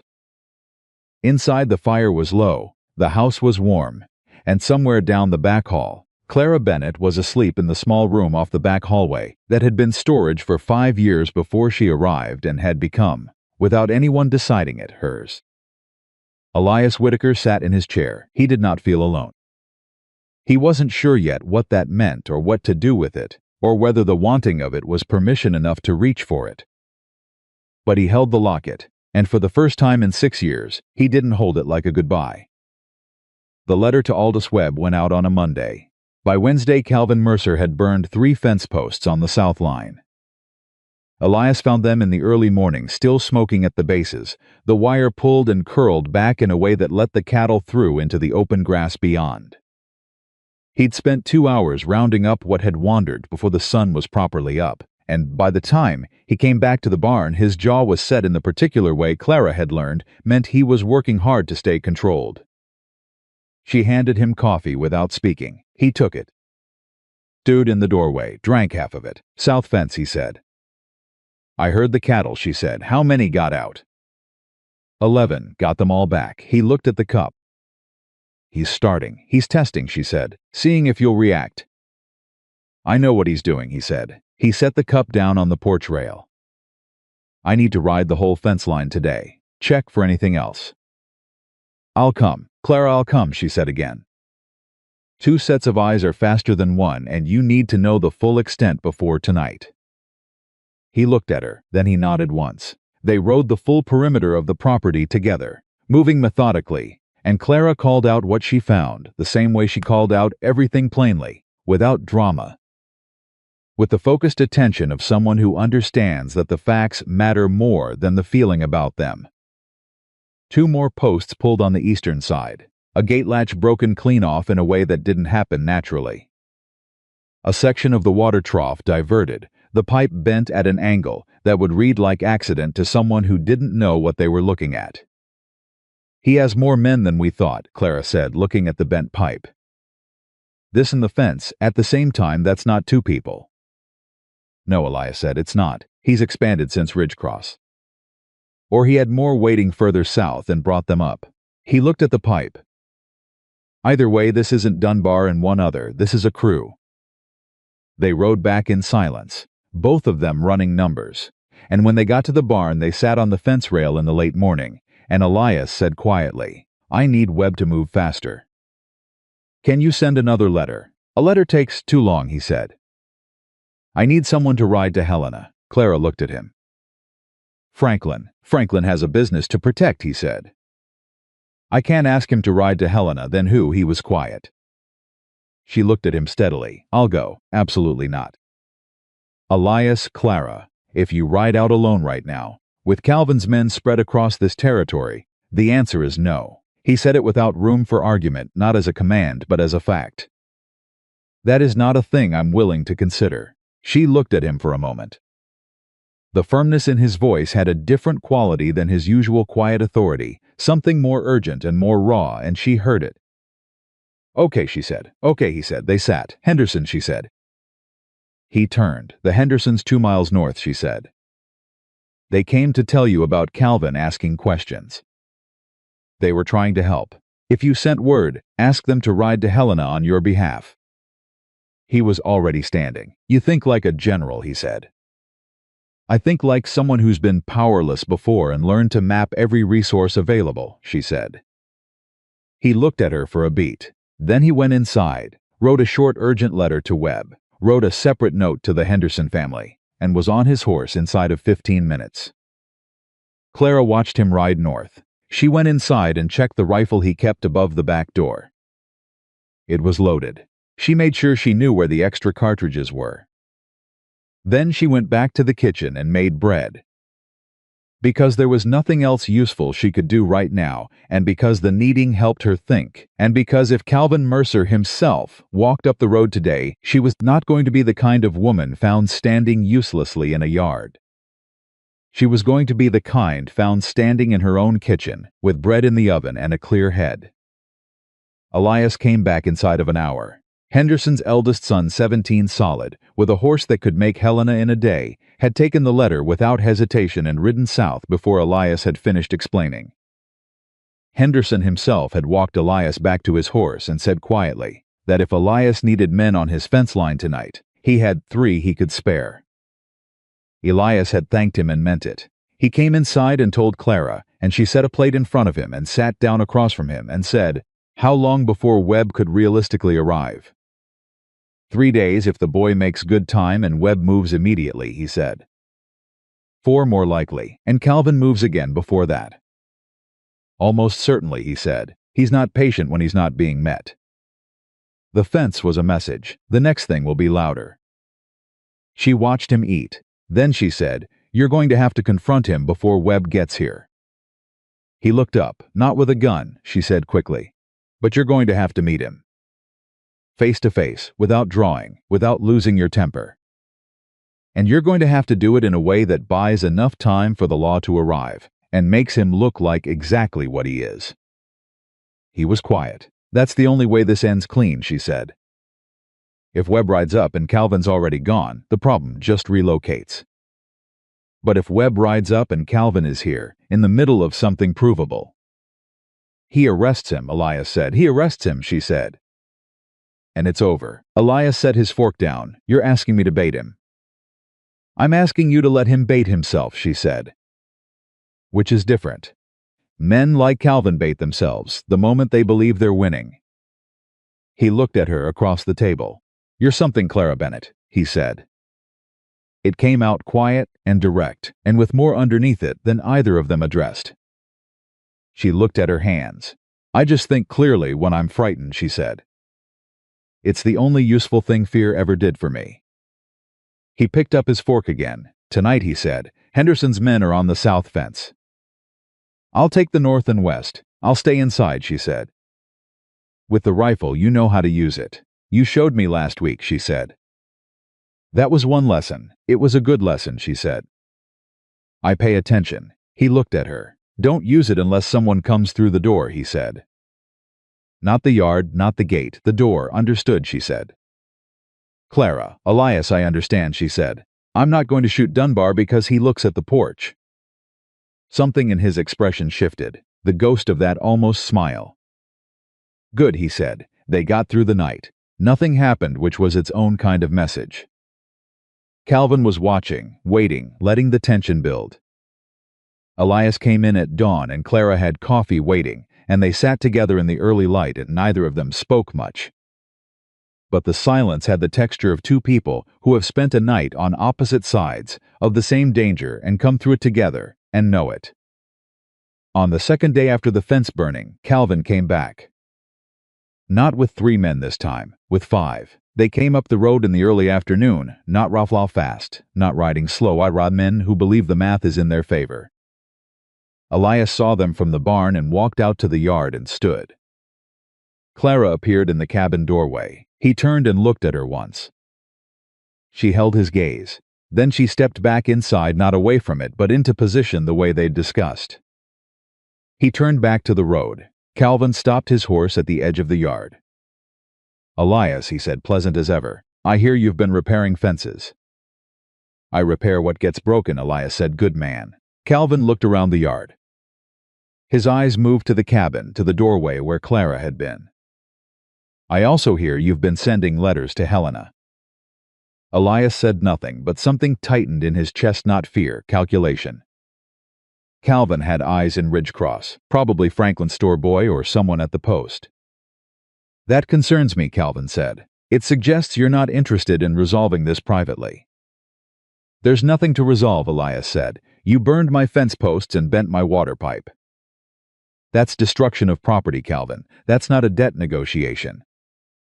Calvin tilted his head slightly. Those posts burned? That's terrible. Could have been anyone. Could have been, Elias said. Wasn't. Calvin's pleasant expression didn't change. I came to give you one more opportunity, he said. I'm a reasonable man. 400 now. Call it settled. I said no 2 weeks ago, Elias said. I'll say no today. I'll say no every day after. Calvin looked at him for a long moment. The pleasantness didn't leave his face, but underneath it, something colder moved. You've changed, Calvin said. You used to be smarter than this. I used to be a lot of things, Elias said. I'm not those things anymore. No, Calvin said. He glanced at the cabin again. You're a man with something to protect now. He said it the way you say a threat without quite saying it. That changes the calculations, does it? Elias said. A man with nothing to protect, Calvin said, is hard to move. But a man who cares about what he's built, he left it there in the air. Elias felt it land. He also felt with the cold precision of someone who has navigated worse than Calvin Mercer and survived it that this was exactly the moment Clara had described.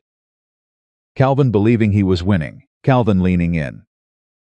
Calvin making himself the obvious problem in front of witnesses. Because Henderson's 3 men were on the south side of the property. And they were watching. And Elias had made sure they understood what to watch for. Calvin, he said, you just threatened my home and the person who lives in it. In front of 4 witnesses. On property you've already admitted twice, right here in this yard, to targeting. Calvin blinked just once, the pleasantness thinned slightly. I didn't threaten anything, he said. I was having a conversation. You were having a conversation, Elias agreed. So were my neighbors. He didn't move his eyes from Calvin. They've been here the whole time, a pause. Calvin turned slowly and looked at the south fence line. Henderson's men were there, 3 of them on horseback watching.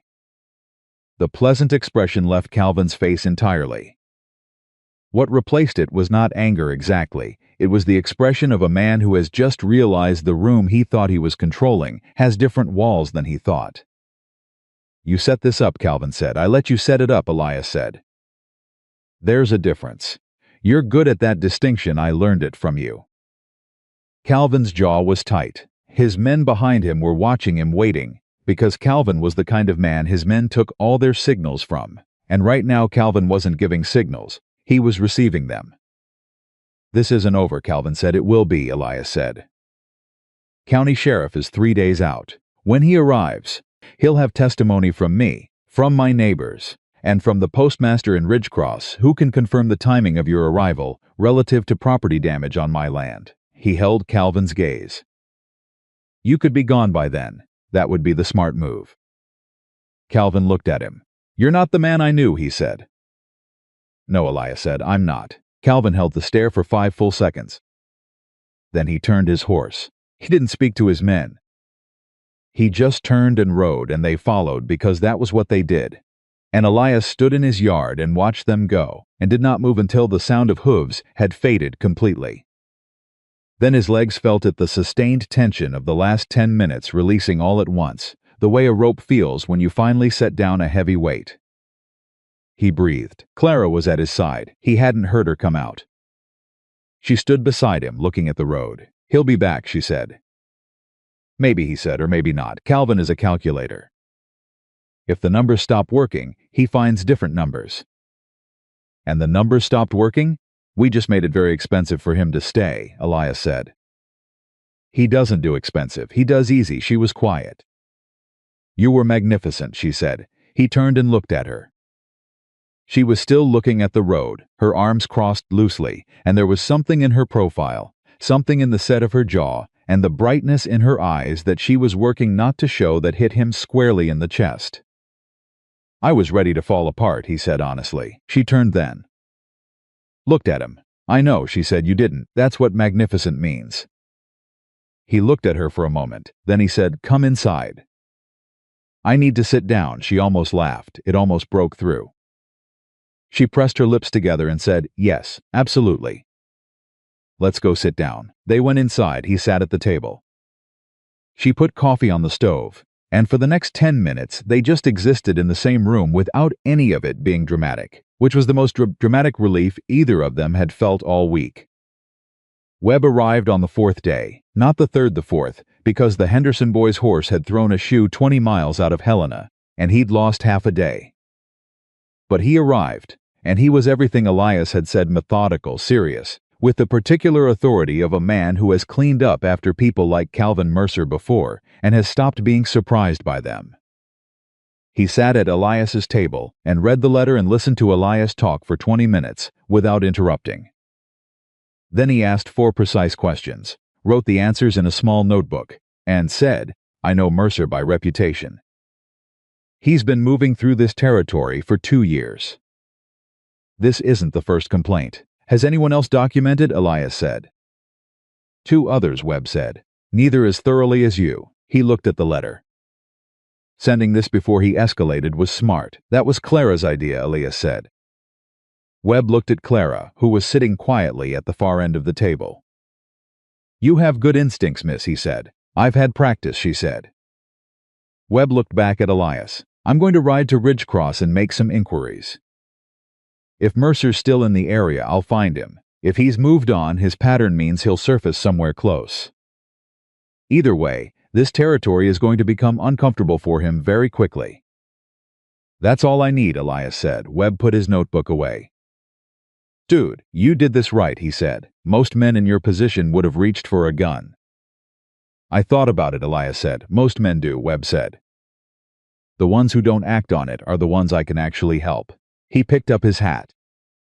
"I'll send word when I have something," he wrote out. Clara and Elias stood on the porch and watched him go. After a moment she said, "Is it over?" "The worst of it," he said. "Calvin won't come back now. Webb's presence means the cost is too high. And if he does come back, then Webb handles it," he said. "That's what the law is for." He paused.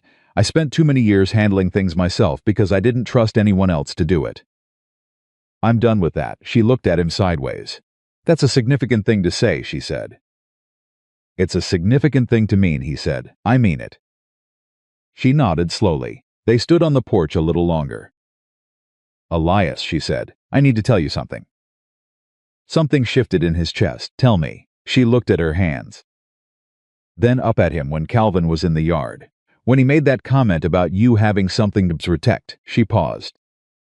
"I heard it from inside, and I thought I need to tell you that I'm aware of what my being here has cost you. The risk, the visibility, the reason Calvin had a lever to use." He looked at her directly. "Clara, I'm not leaving," she said quickly.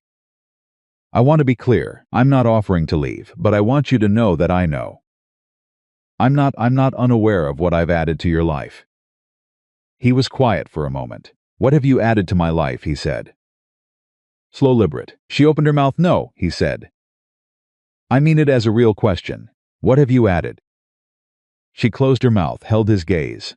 He turned to look at the yard, the garden, with its new growth pushing through, the curtain Margaret had hung visible through the front window, the step she'd repaired, the tin cup of dried flowers on the sill. "Before you came," he said, "I was surviving. That's all I was doing. Getting from one day to the next without the days meaning anything." He stopped. "Let that sit. You walked up that road with nothing, and you fixed things that I'd been looking at broken for years without seeing them. Not just the house." He turned back to her. "You made me see things I'd stopped looking at." She was very still. "The risk you're talking about," he said, "is real. Calvin used you. He would have used anything I cared about. But the alternative, the version of this where you weren't here, I've lived that version. For 6 years." He held her gaze. "I don't want that version anymore. Her throat moved. "Say it plainly," she said. Her voice was barely above quiet. "I need you to say it plainly, Elias. I've had things implied to me my whole life, and I can't." "I don't want you to leave," he said. "Not because you're useful. Not because you cook well or think clearly or fix what's broken. Because you're here. Because I want you here." He paused. "Because this is the first time in 6 years that this place has felt like it could still be a home." The silence that followed was the kind that holds something very large very still. Clara looked at him. Her eyes were bright. She pressed her lips together once. Then she said, "That chair." He blinked. "The empty chair," she said. At the end of the table, he waited. "I've been afraid to ask about it," she said. "What it means. Whether my being here is something you actually want, or whether I'm just filling a space you needed filled." He looked at her for a long moment. "The chair is Margaret's," he said. "It always will be. I'm not going to move it, and I'm not going to pretend she didn't exist, and I'm not going to ask you to be her or replace her, because that's not what this is." He paused. "But Clara, there's a whole table. There's more than one chair. And the table has been empty for 6 years. She looked at him. "I know what I'm asking," he said quietly. "I'm not asking you to forget who you've been or where you've come from. I'm not asking you to trust something that doesn't deserve trust yet. I'm asking you to—" He stopped, looked for the word. "Stay, that's all, just stay." She held his gaze for a long moment. Then she said, "I already told you 3 weeks ago. I'm staying." He let out a breath. She turned back to look at the yard. "Margaret would have liked the curtain fixed," she said softly. "She would have fixed it herself in the first week," he said. "I know," Clara said. "I thought about that when I was doing it." He looked at her profile. Something in his chest had opened, not cracked this time, but opened. Deliberately. Like a door that had been closed for a long time being turned on its hinges by someone who knew the door was worth opening. "I want to show you something," he said. He went inside. She heard him moving, the sound of a drawer, then the smaller sound of something set on the table. She came in. The locket was on the table. She looked at it. Then at him. "I've seen you holding it," she said. "Late at night sometimes. I didn't say anything." "I know you didn't," he said. "You're good at knowing which things to say and which to let sit." He looked at the locket. It was Margaret's. Her mother gave it to her. She wore it every day. "It's beautiful. I want you to know it's here," he said. "Not because I'm showing you it's here and asking you to do anything about it. Just because I've been carrying it in secret for 6 years, and I'm tired of carrying things in secret." He looked up. "You showed me that, the letter to your sister. The way you said what you needed to say directly." He paused. "I'm still learning." She looked at the locket. "Can I pick it up?" she said. Yes. She lifted it carefully, held it in her palm. Looked at the small oval of tarnished silver. "She was real," Clara said. "She matters. That doesn't go away." "No," he said. "It doesn't, and neither does this," she said. She set the locket back down gently. "Whatever this is, whatever it becomes." She met his eyes. "Both things can be true at once." He looked at her. "I know that," he said. "It just took me a while to believe it was allowed." She reached across the table, not for the locket, but past it, and her hand rested on the table between them, not reaching for his hand but near it, and the proximity of it was its own kind of conversation. He looked at her hand. Then he placed his beside it. Not holding, just close enough. They stood like that in the kitchen of the Whitaker Ranch on a Thursday afternoon in late Montana summer, with the garden growing outside, and the curtain hung right, and the fire low, and the chair at the end of the table where it would always be, and the space between them warm, with something that didn't have a name yet but was building toward one, carefully, the way good things always build, not in a rush, not without cost, but solidly, on ground that has been tested and held. Outside, a horse moved in the barn. The wind came through the valley and touched the cabin walls and moved on. The tin cup of dried wildflowers sat in the kitchen window, and the light through the glass was the warm amber of late afternoon, and neither of them moved for a long time, because neither of them needed to. They were, for the first time in longer than either, could properly remember exactly where they wanted to be. Webb sent word 6 days later. A single folded note, delivered by the Henderson boy who'd ridden to Helena, passed through Franklin at the general store, and arrived at the ranch on a Tuesday morning while Clara was in the garden and Elias was replacing the water pipe Calvin's men had bent. He read it standing at the barn door, still holding the wrench. Then he read it again. Clara came around the side of the house and saw his face. "What does it say?" she said. He held it out. She took it.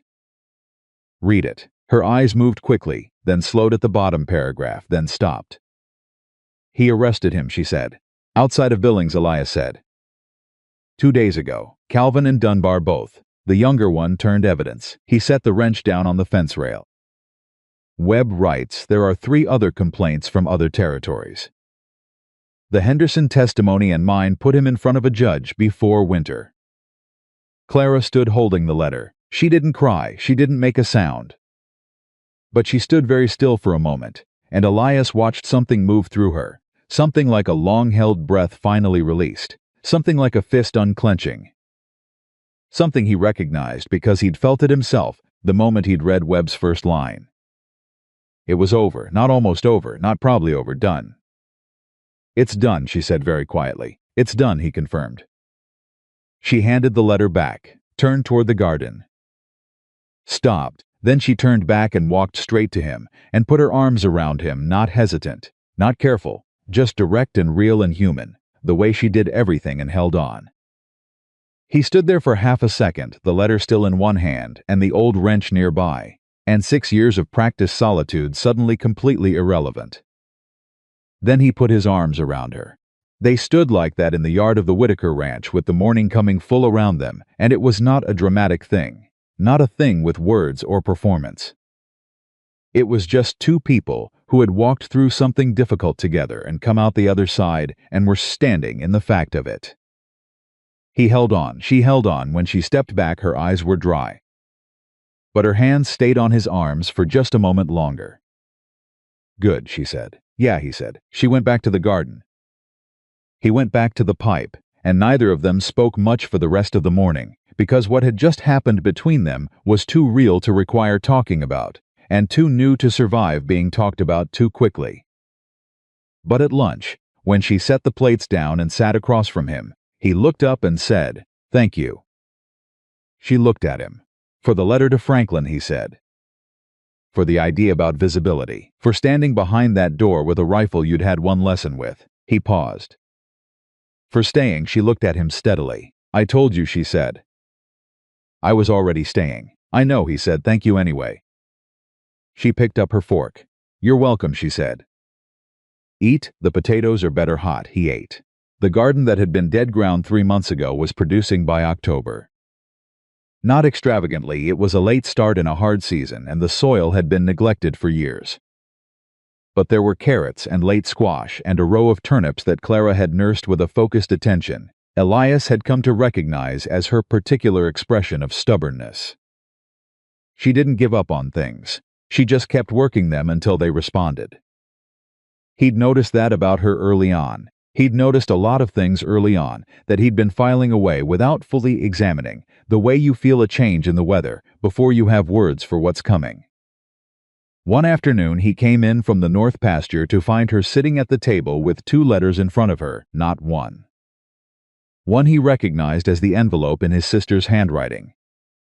The other he didn't. "Second letter from your sister," he said. "Yes," she said, "and one from the family in St. Louis she mentioned. A family there who needs a housekeeper." She looked at it. "Good wages. Stable position. She thought it might be right for me." He went to the stove, poured coffee, said nothing. "She doesn't know," Clara said. "What's here? She still thinks I'm hired help in a temporary situation, and she's trying to take care of me the best way she knows." She turned the letter over in her hands. "She loves me. This is what love looks like when it doesn't have all the information." He came and sat down. "What are you going to tell her?" he said. Clara looked at the letter, then at him. "The truth," she said. "But I need to know what the truth is first." He held her gaze. "What do you need to know?" he said. "Where we are," she said. It came out simple and direct, the way she said difficult things. Not what we could be or might be, where we actually are. Because I'm not the kind of person who tells stories to people she loves. And before I write that letter, I need to know what I'm actually saying." He set his cup down. He'd been thinking about this. Not in the abstract, not in the careful, guarded way he'd thought about it in the early weeks, when even acknowledging that he felt something, felt like a betrayal of something he couldn't name. He'd been thinking about it with both eyes open, the way he thought about fence lines and water rights and things that mattered. "We are," he said slowly, "two people who have been honest with each other from the beginning. Two people who have been through something hard together and come through it." He paused. "Two people who are better together than either of us was alone." Another pause. I believe that I want this to be permanent. But I also know that I'm not the easiest man to build a life with. I'm quiet. I have a past that occasionally sends men to my gate. I have a chair at my table that will always belong to someone else." He met her eyes. "I won't pretend those things are nothing. I want you to take them into account." Clara was very quiet. "Are you asking me something?" she said. "I'm telling you where I stand," he said, "so you can decide where you stand." She looked at him for a long time. "The chair doesn't frighten me," she said. "Your past doesn't frighten me. Your quiet doesn't frighten me. I grew up quiet. I built myself out of quiet." She folded her hands on the table. "What frightens me is waking up in that back room in 6 months and not knowing whether I'm here because you want me here or because I'm useful." "Clara, I need to say it," she said. "I've been in situations where I was valued for what I produced, and the moment I stopped producing, the valuation disappeared. I need to know that what you feel for me is separate from what I do for you." He looked at her directly. "You could burn every meal for a month," he said. "You could let the garden die and the curtains fall and never repair a single thing again. And I would still want you sitting across that table." He held her gaze. "What I feel for you has nothing to do with the bread." She pressed her lips together. "Say the rest," she said. "Whatever you're holding back, say it." He breathed in. "I love you," he said. "That's the rest." The word landed in the room with the specific weight of something that has been true for a while and is only now being admitted. Clara looked at him. Her eyes were bright. She didn't look away. "I love you too," she said. "I have for at least a month and it terrified me." He let out a breath. "Why didn't you say anything?" he said. "Why didn't you?" she said. He almost laughed. It came out as that sound, that short, reluctant, genuine exhale that was his version of it. "Fair," he said. She reached across the table and took his hand. Not carefully, not tentatively, just took it, the way she'd finally learned to take the things that were hers. He turned his hand over and held hers. "Tell your sister the truth," he said. "All of it," she said. "Start with the part where you're well and happy and settled," he said. "The rest can come in person." She looked at him. "In person?" "I thought," he said, carefully, "that come spring, when the weather allows, we might ride to St. Louis." He paused. "You said she named her daughter Clara." Her grip on his hand tightened. "You'd come to St. Louis," she said. "I've never been," he said. "I've also never met your sister."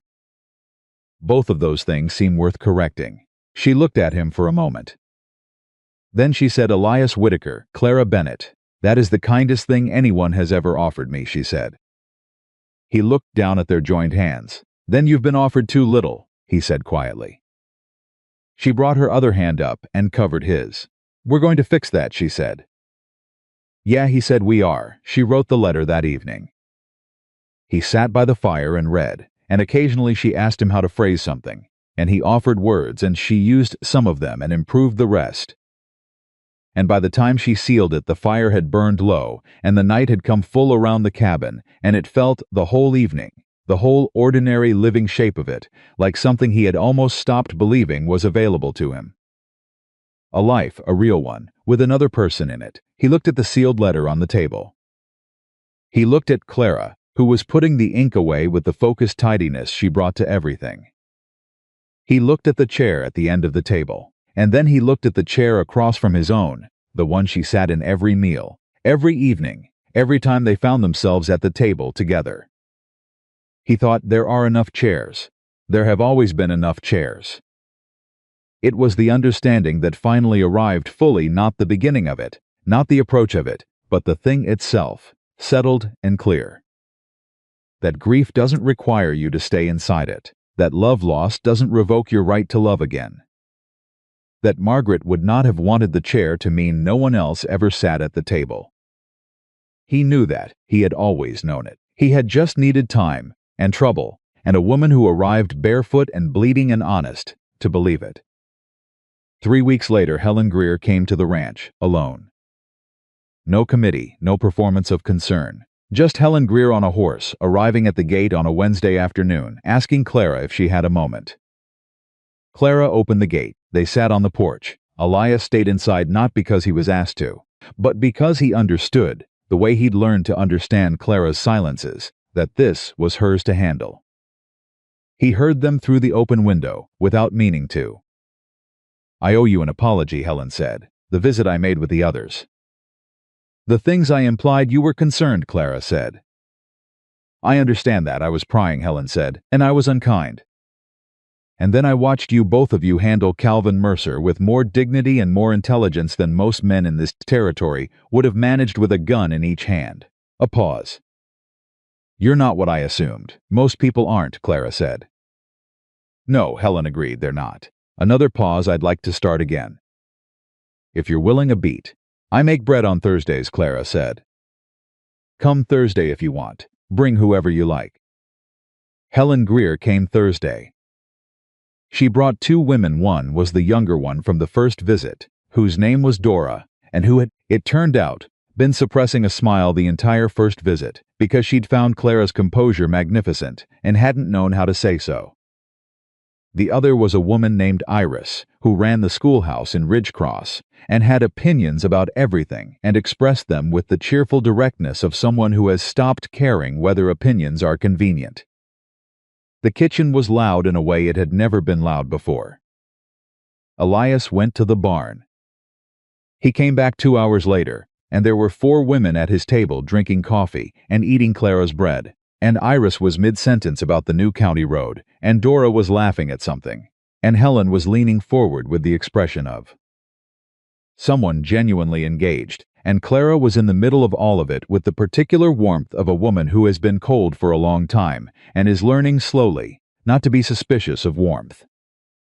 He stood in the doorway. Clara looked up and caught his eye. She didn't say anything. She didn't need to. The look was enough, just a brief, private, completely unguarded look that said, "Look at this.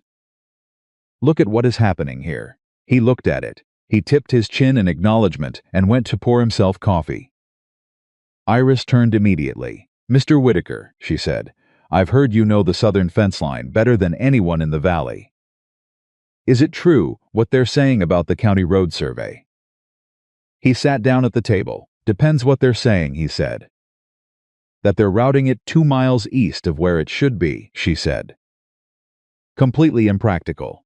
I've written to the county office 3 times. 3 times, he said. 3, she said firmly. "I intend to write a 4th.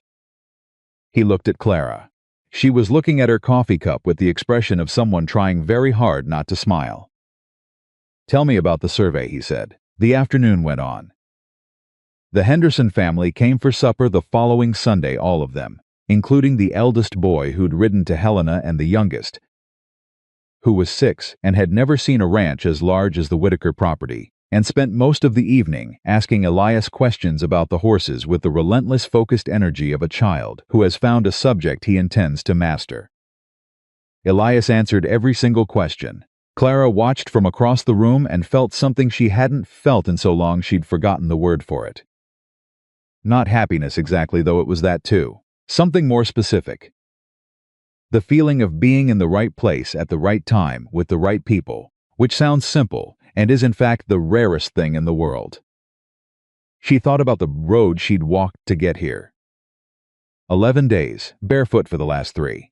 The gate at the end of a dusty road with a sign she'd almost walked past because she'd trained herself after too many disappoints not to hope too loudly.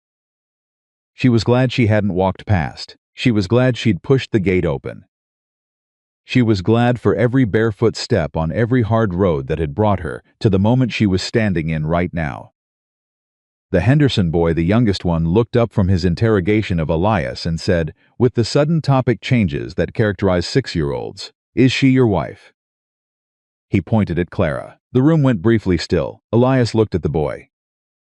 Then he looked at Clara. Clara looked back at him. There was a beat, one of those beats that contains more than beats usually do, and then Elias said, in the completely level tone of a man who has made up his mind about something and is saying it out loud for the first time, "Not yet." The boy thought about this. "Why not yet?" "Because I haven't asked her properly," Elias said. "And some things deserve to be done properly." Clara felt the warmth move through her from her sternum outward, the way warmth does when it's real and not performed. She turned back to the dishes she'd been drying, but she was smiling. She let herself smile fully, at the wall above the basin, where nobody could see it except her. The Henderson family rode home. The cabin went quiet. Elias cleared the last of the table. Clara was finishing the dishes. The fire was low. The evening had the good, exhausted quality of a day that had been fully used. He came and stood beside her. She handed him a dish to dry without looking. He dried it. They worked like that for a few minutes, the small, mundane, completely ordinary choreography of two people who have learned the shape of each other in a kitchen. "Not yet," she said. "Not yet," he confirmed. "Is there a timeline?" she said. Very carefully, studying the dish she was washing.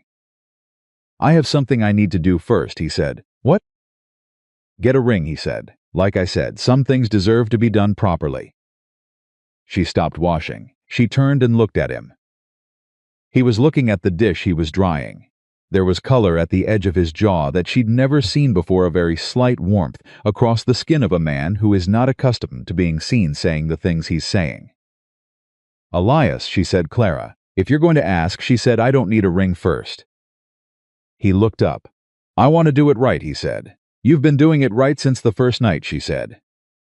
"You stepped aside and opened the door. That was you doing it right." She held his gaze. "You can ask whenever you're ready. The answer is already yes."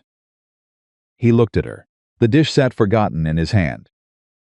He set it down. He turned to face her, fully, not performing, not preparing a speech, just being exactly as present as he was capable of being, which was more than most people managed on their best days.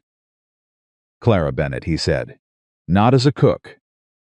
Not as someone who fixes what's broken and makes things better and thinks 3 steps ahead of every problem. Just will you stay? As my wife." Her eyes were bright. "Yes," she said, simply, without hesitation, the same way she'd pushed through the gate the first day, direct and certain and unafraid of what came next. He took her hand. She let him. They stood in the kitchen of the Whitaker Ranch on an October evening in the Montana Territory, and neither of them spoke for a long moment, because what had just been said was enough and needed the space to settle. Then he said quietly, "I'm going to get the ring." She laughed. Real full, the kind she'd been learning to use more freely since she arrived here. "Get the ring," she agreed. He went to Ridgecross the following Thursday. Franklin's store didn't carry rings, it wasn't that kind of store, but Franklin knew a woman named Addie who did fine metalwork on the side and whose husband had been buying her out of inventory for 30 years and therefore kept her well stocked. He came home with a plain silver band, thin and clean, nothing elaborate. He showed it to Clara that evening. She looked at it in his palm. "It's perfect," she said. "It's simple," he said. "That's the same thing," she said. He put it on her finger. It fit. He didn't know how it fit, he'd guessed from memory, from the hands he'd watched move through his kitchen for 3 months, but it fit. She looked at it on her hand. He looked at her looking at it. "Okay," she said softly. "Okay," he said. The wedding was in November, before the hard winter set in. It was small, the Hendersons, Helen Greer, Dora Iris, Franklin from the general store, and a preacher from Ridgecross who had been asked before by 3 different people whether he'd be willing to ride out to the Whitaker Ranch, and had said yes, each time with the enthusiastic certainty of a man who enjoys a good story. Clara wore a dress that Dora and Helen had quietly collaborated on, blue, like the dress she'd arrived in, but not faded. New, properly blue. She'd cried when she saw it, just briefly. Then she'd pressed her hands to her face, breathed, composed herself, and said, "Thank you," to both of them with the directness that was entirely hers. Elias stood outside the cabin in his good coat and watched her walk toward him across the yard and felt he would say later, if asked. And he was not a man given to poetry. He felt like the morning after a very long night. The particular quality of the light, when you've been in the dark so long, you forgot what light looked like. She reached him. She took his arm. "You look terrified," she said very quietly. "I am terrified," he said. "Doesn't mean I'm not sure." She squeezed his arm. "Me too," she said. They turned to the preacher. And they were married in the yard of the Whitaker Ranch on a November morning, with the valley around them, and the people who had chosen them standing close, and the empty chair inside the cabin at the end of the table, where it would always be. And it was not a small thing disguised as a small thing. It was exactly as large as it was a man and a woman who had each carried grief like ballast and had slowly, carefully, without quite meaning to, put it down together. After the food and the voices and the Hendersons' youngest asking 11 more questions about horses and Iris, giving a 4-minute opinion on the proper way to preserve a garden through winter, and Franklin shaking Elias's hand for a long time. Without speaking, because some men say the important things that way. After all of it, when everyone had ridden home and the cabin was quiet again, they sat together on the front porch. Clara leaned against him. He put his arm around her. They looked at the valley going quiet and dark around them. The old wooden sign was still nailed to the gatepost at the end of the road, the one he'd hammered in with shaking hands on a morning that felt like a lifetime ago. He'd written new words on it 2 weeks back, after asking her if she thought it was time. She'd said yes without looking up from the bread she was making. He'd gone out and written it himself, and come back in, and she'd handed him coffee, and that was that. Now the sign at the gate of the Whitaker Ranch read, in Elias Whitaker's plain, "Deliberate hand." "Home found here." Clara shifted against him. "Are you happy?" she said. He looked at the sign. He thought about the locket, still in his breast pocket, always in his breast pocket, always Margaret. Always carried. And he thought about the blue dress and the ring and the 6-year-old boy asking too many questions about horses and the bread on Thursdays and the curtain hung right and the garden that had grown from dead ground and the letter that had come back when he'd carried it to town in his pocket next to the locket, next to everything he thought he'd lost. Yes, he said, simple, unguarded, true. She didn't say anything else.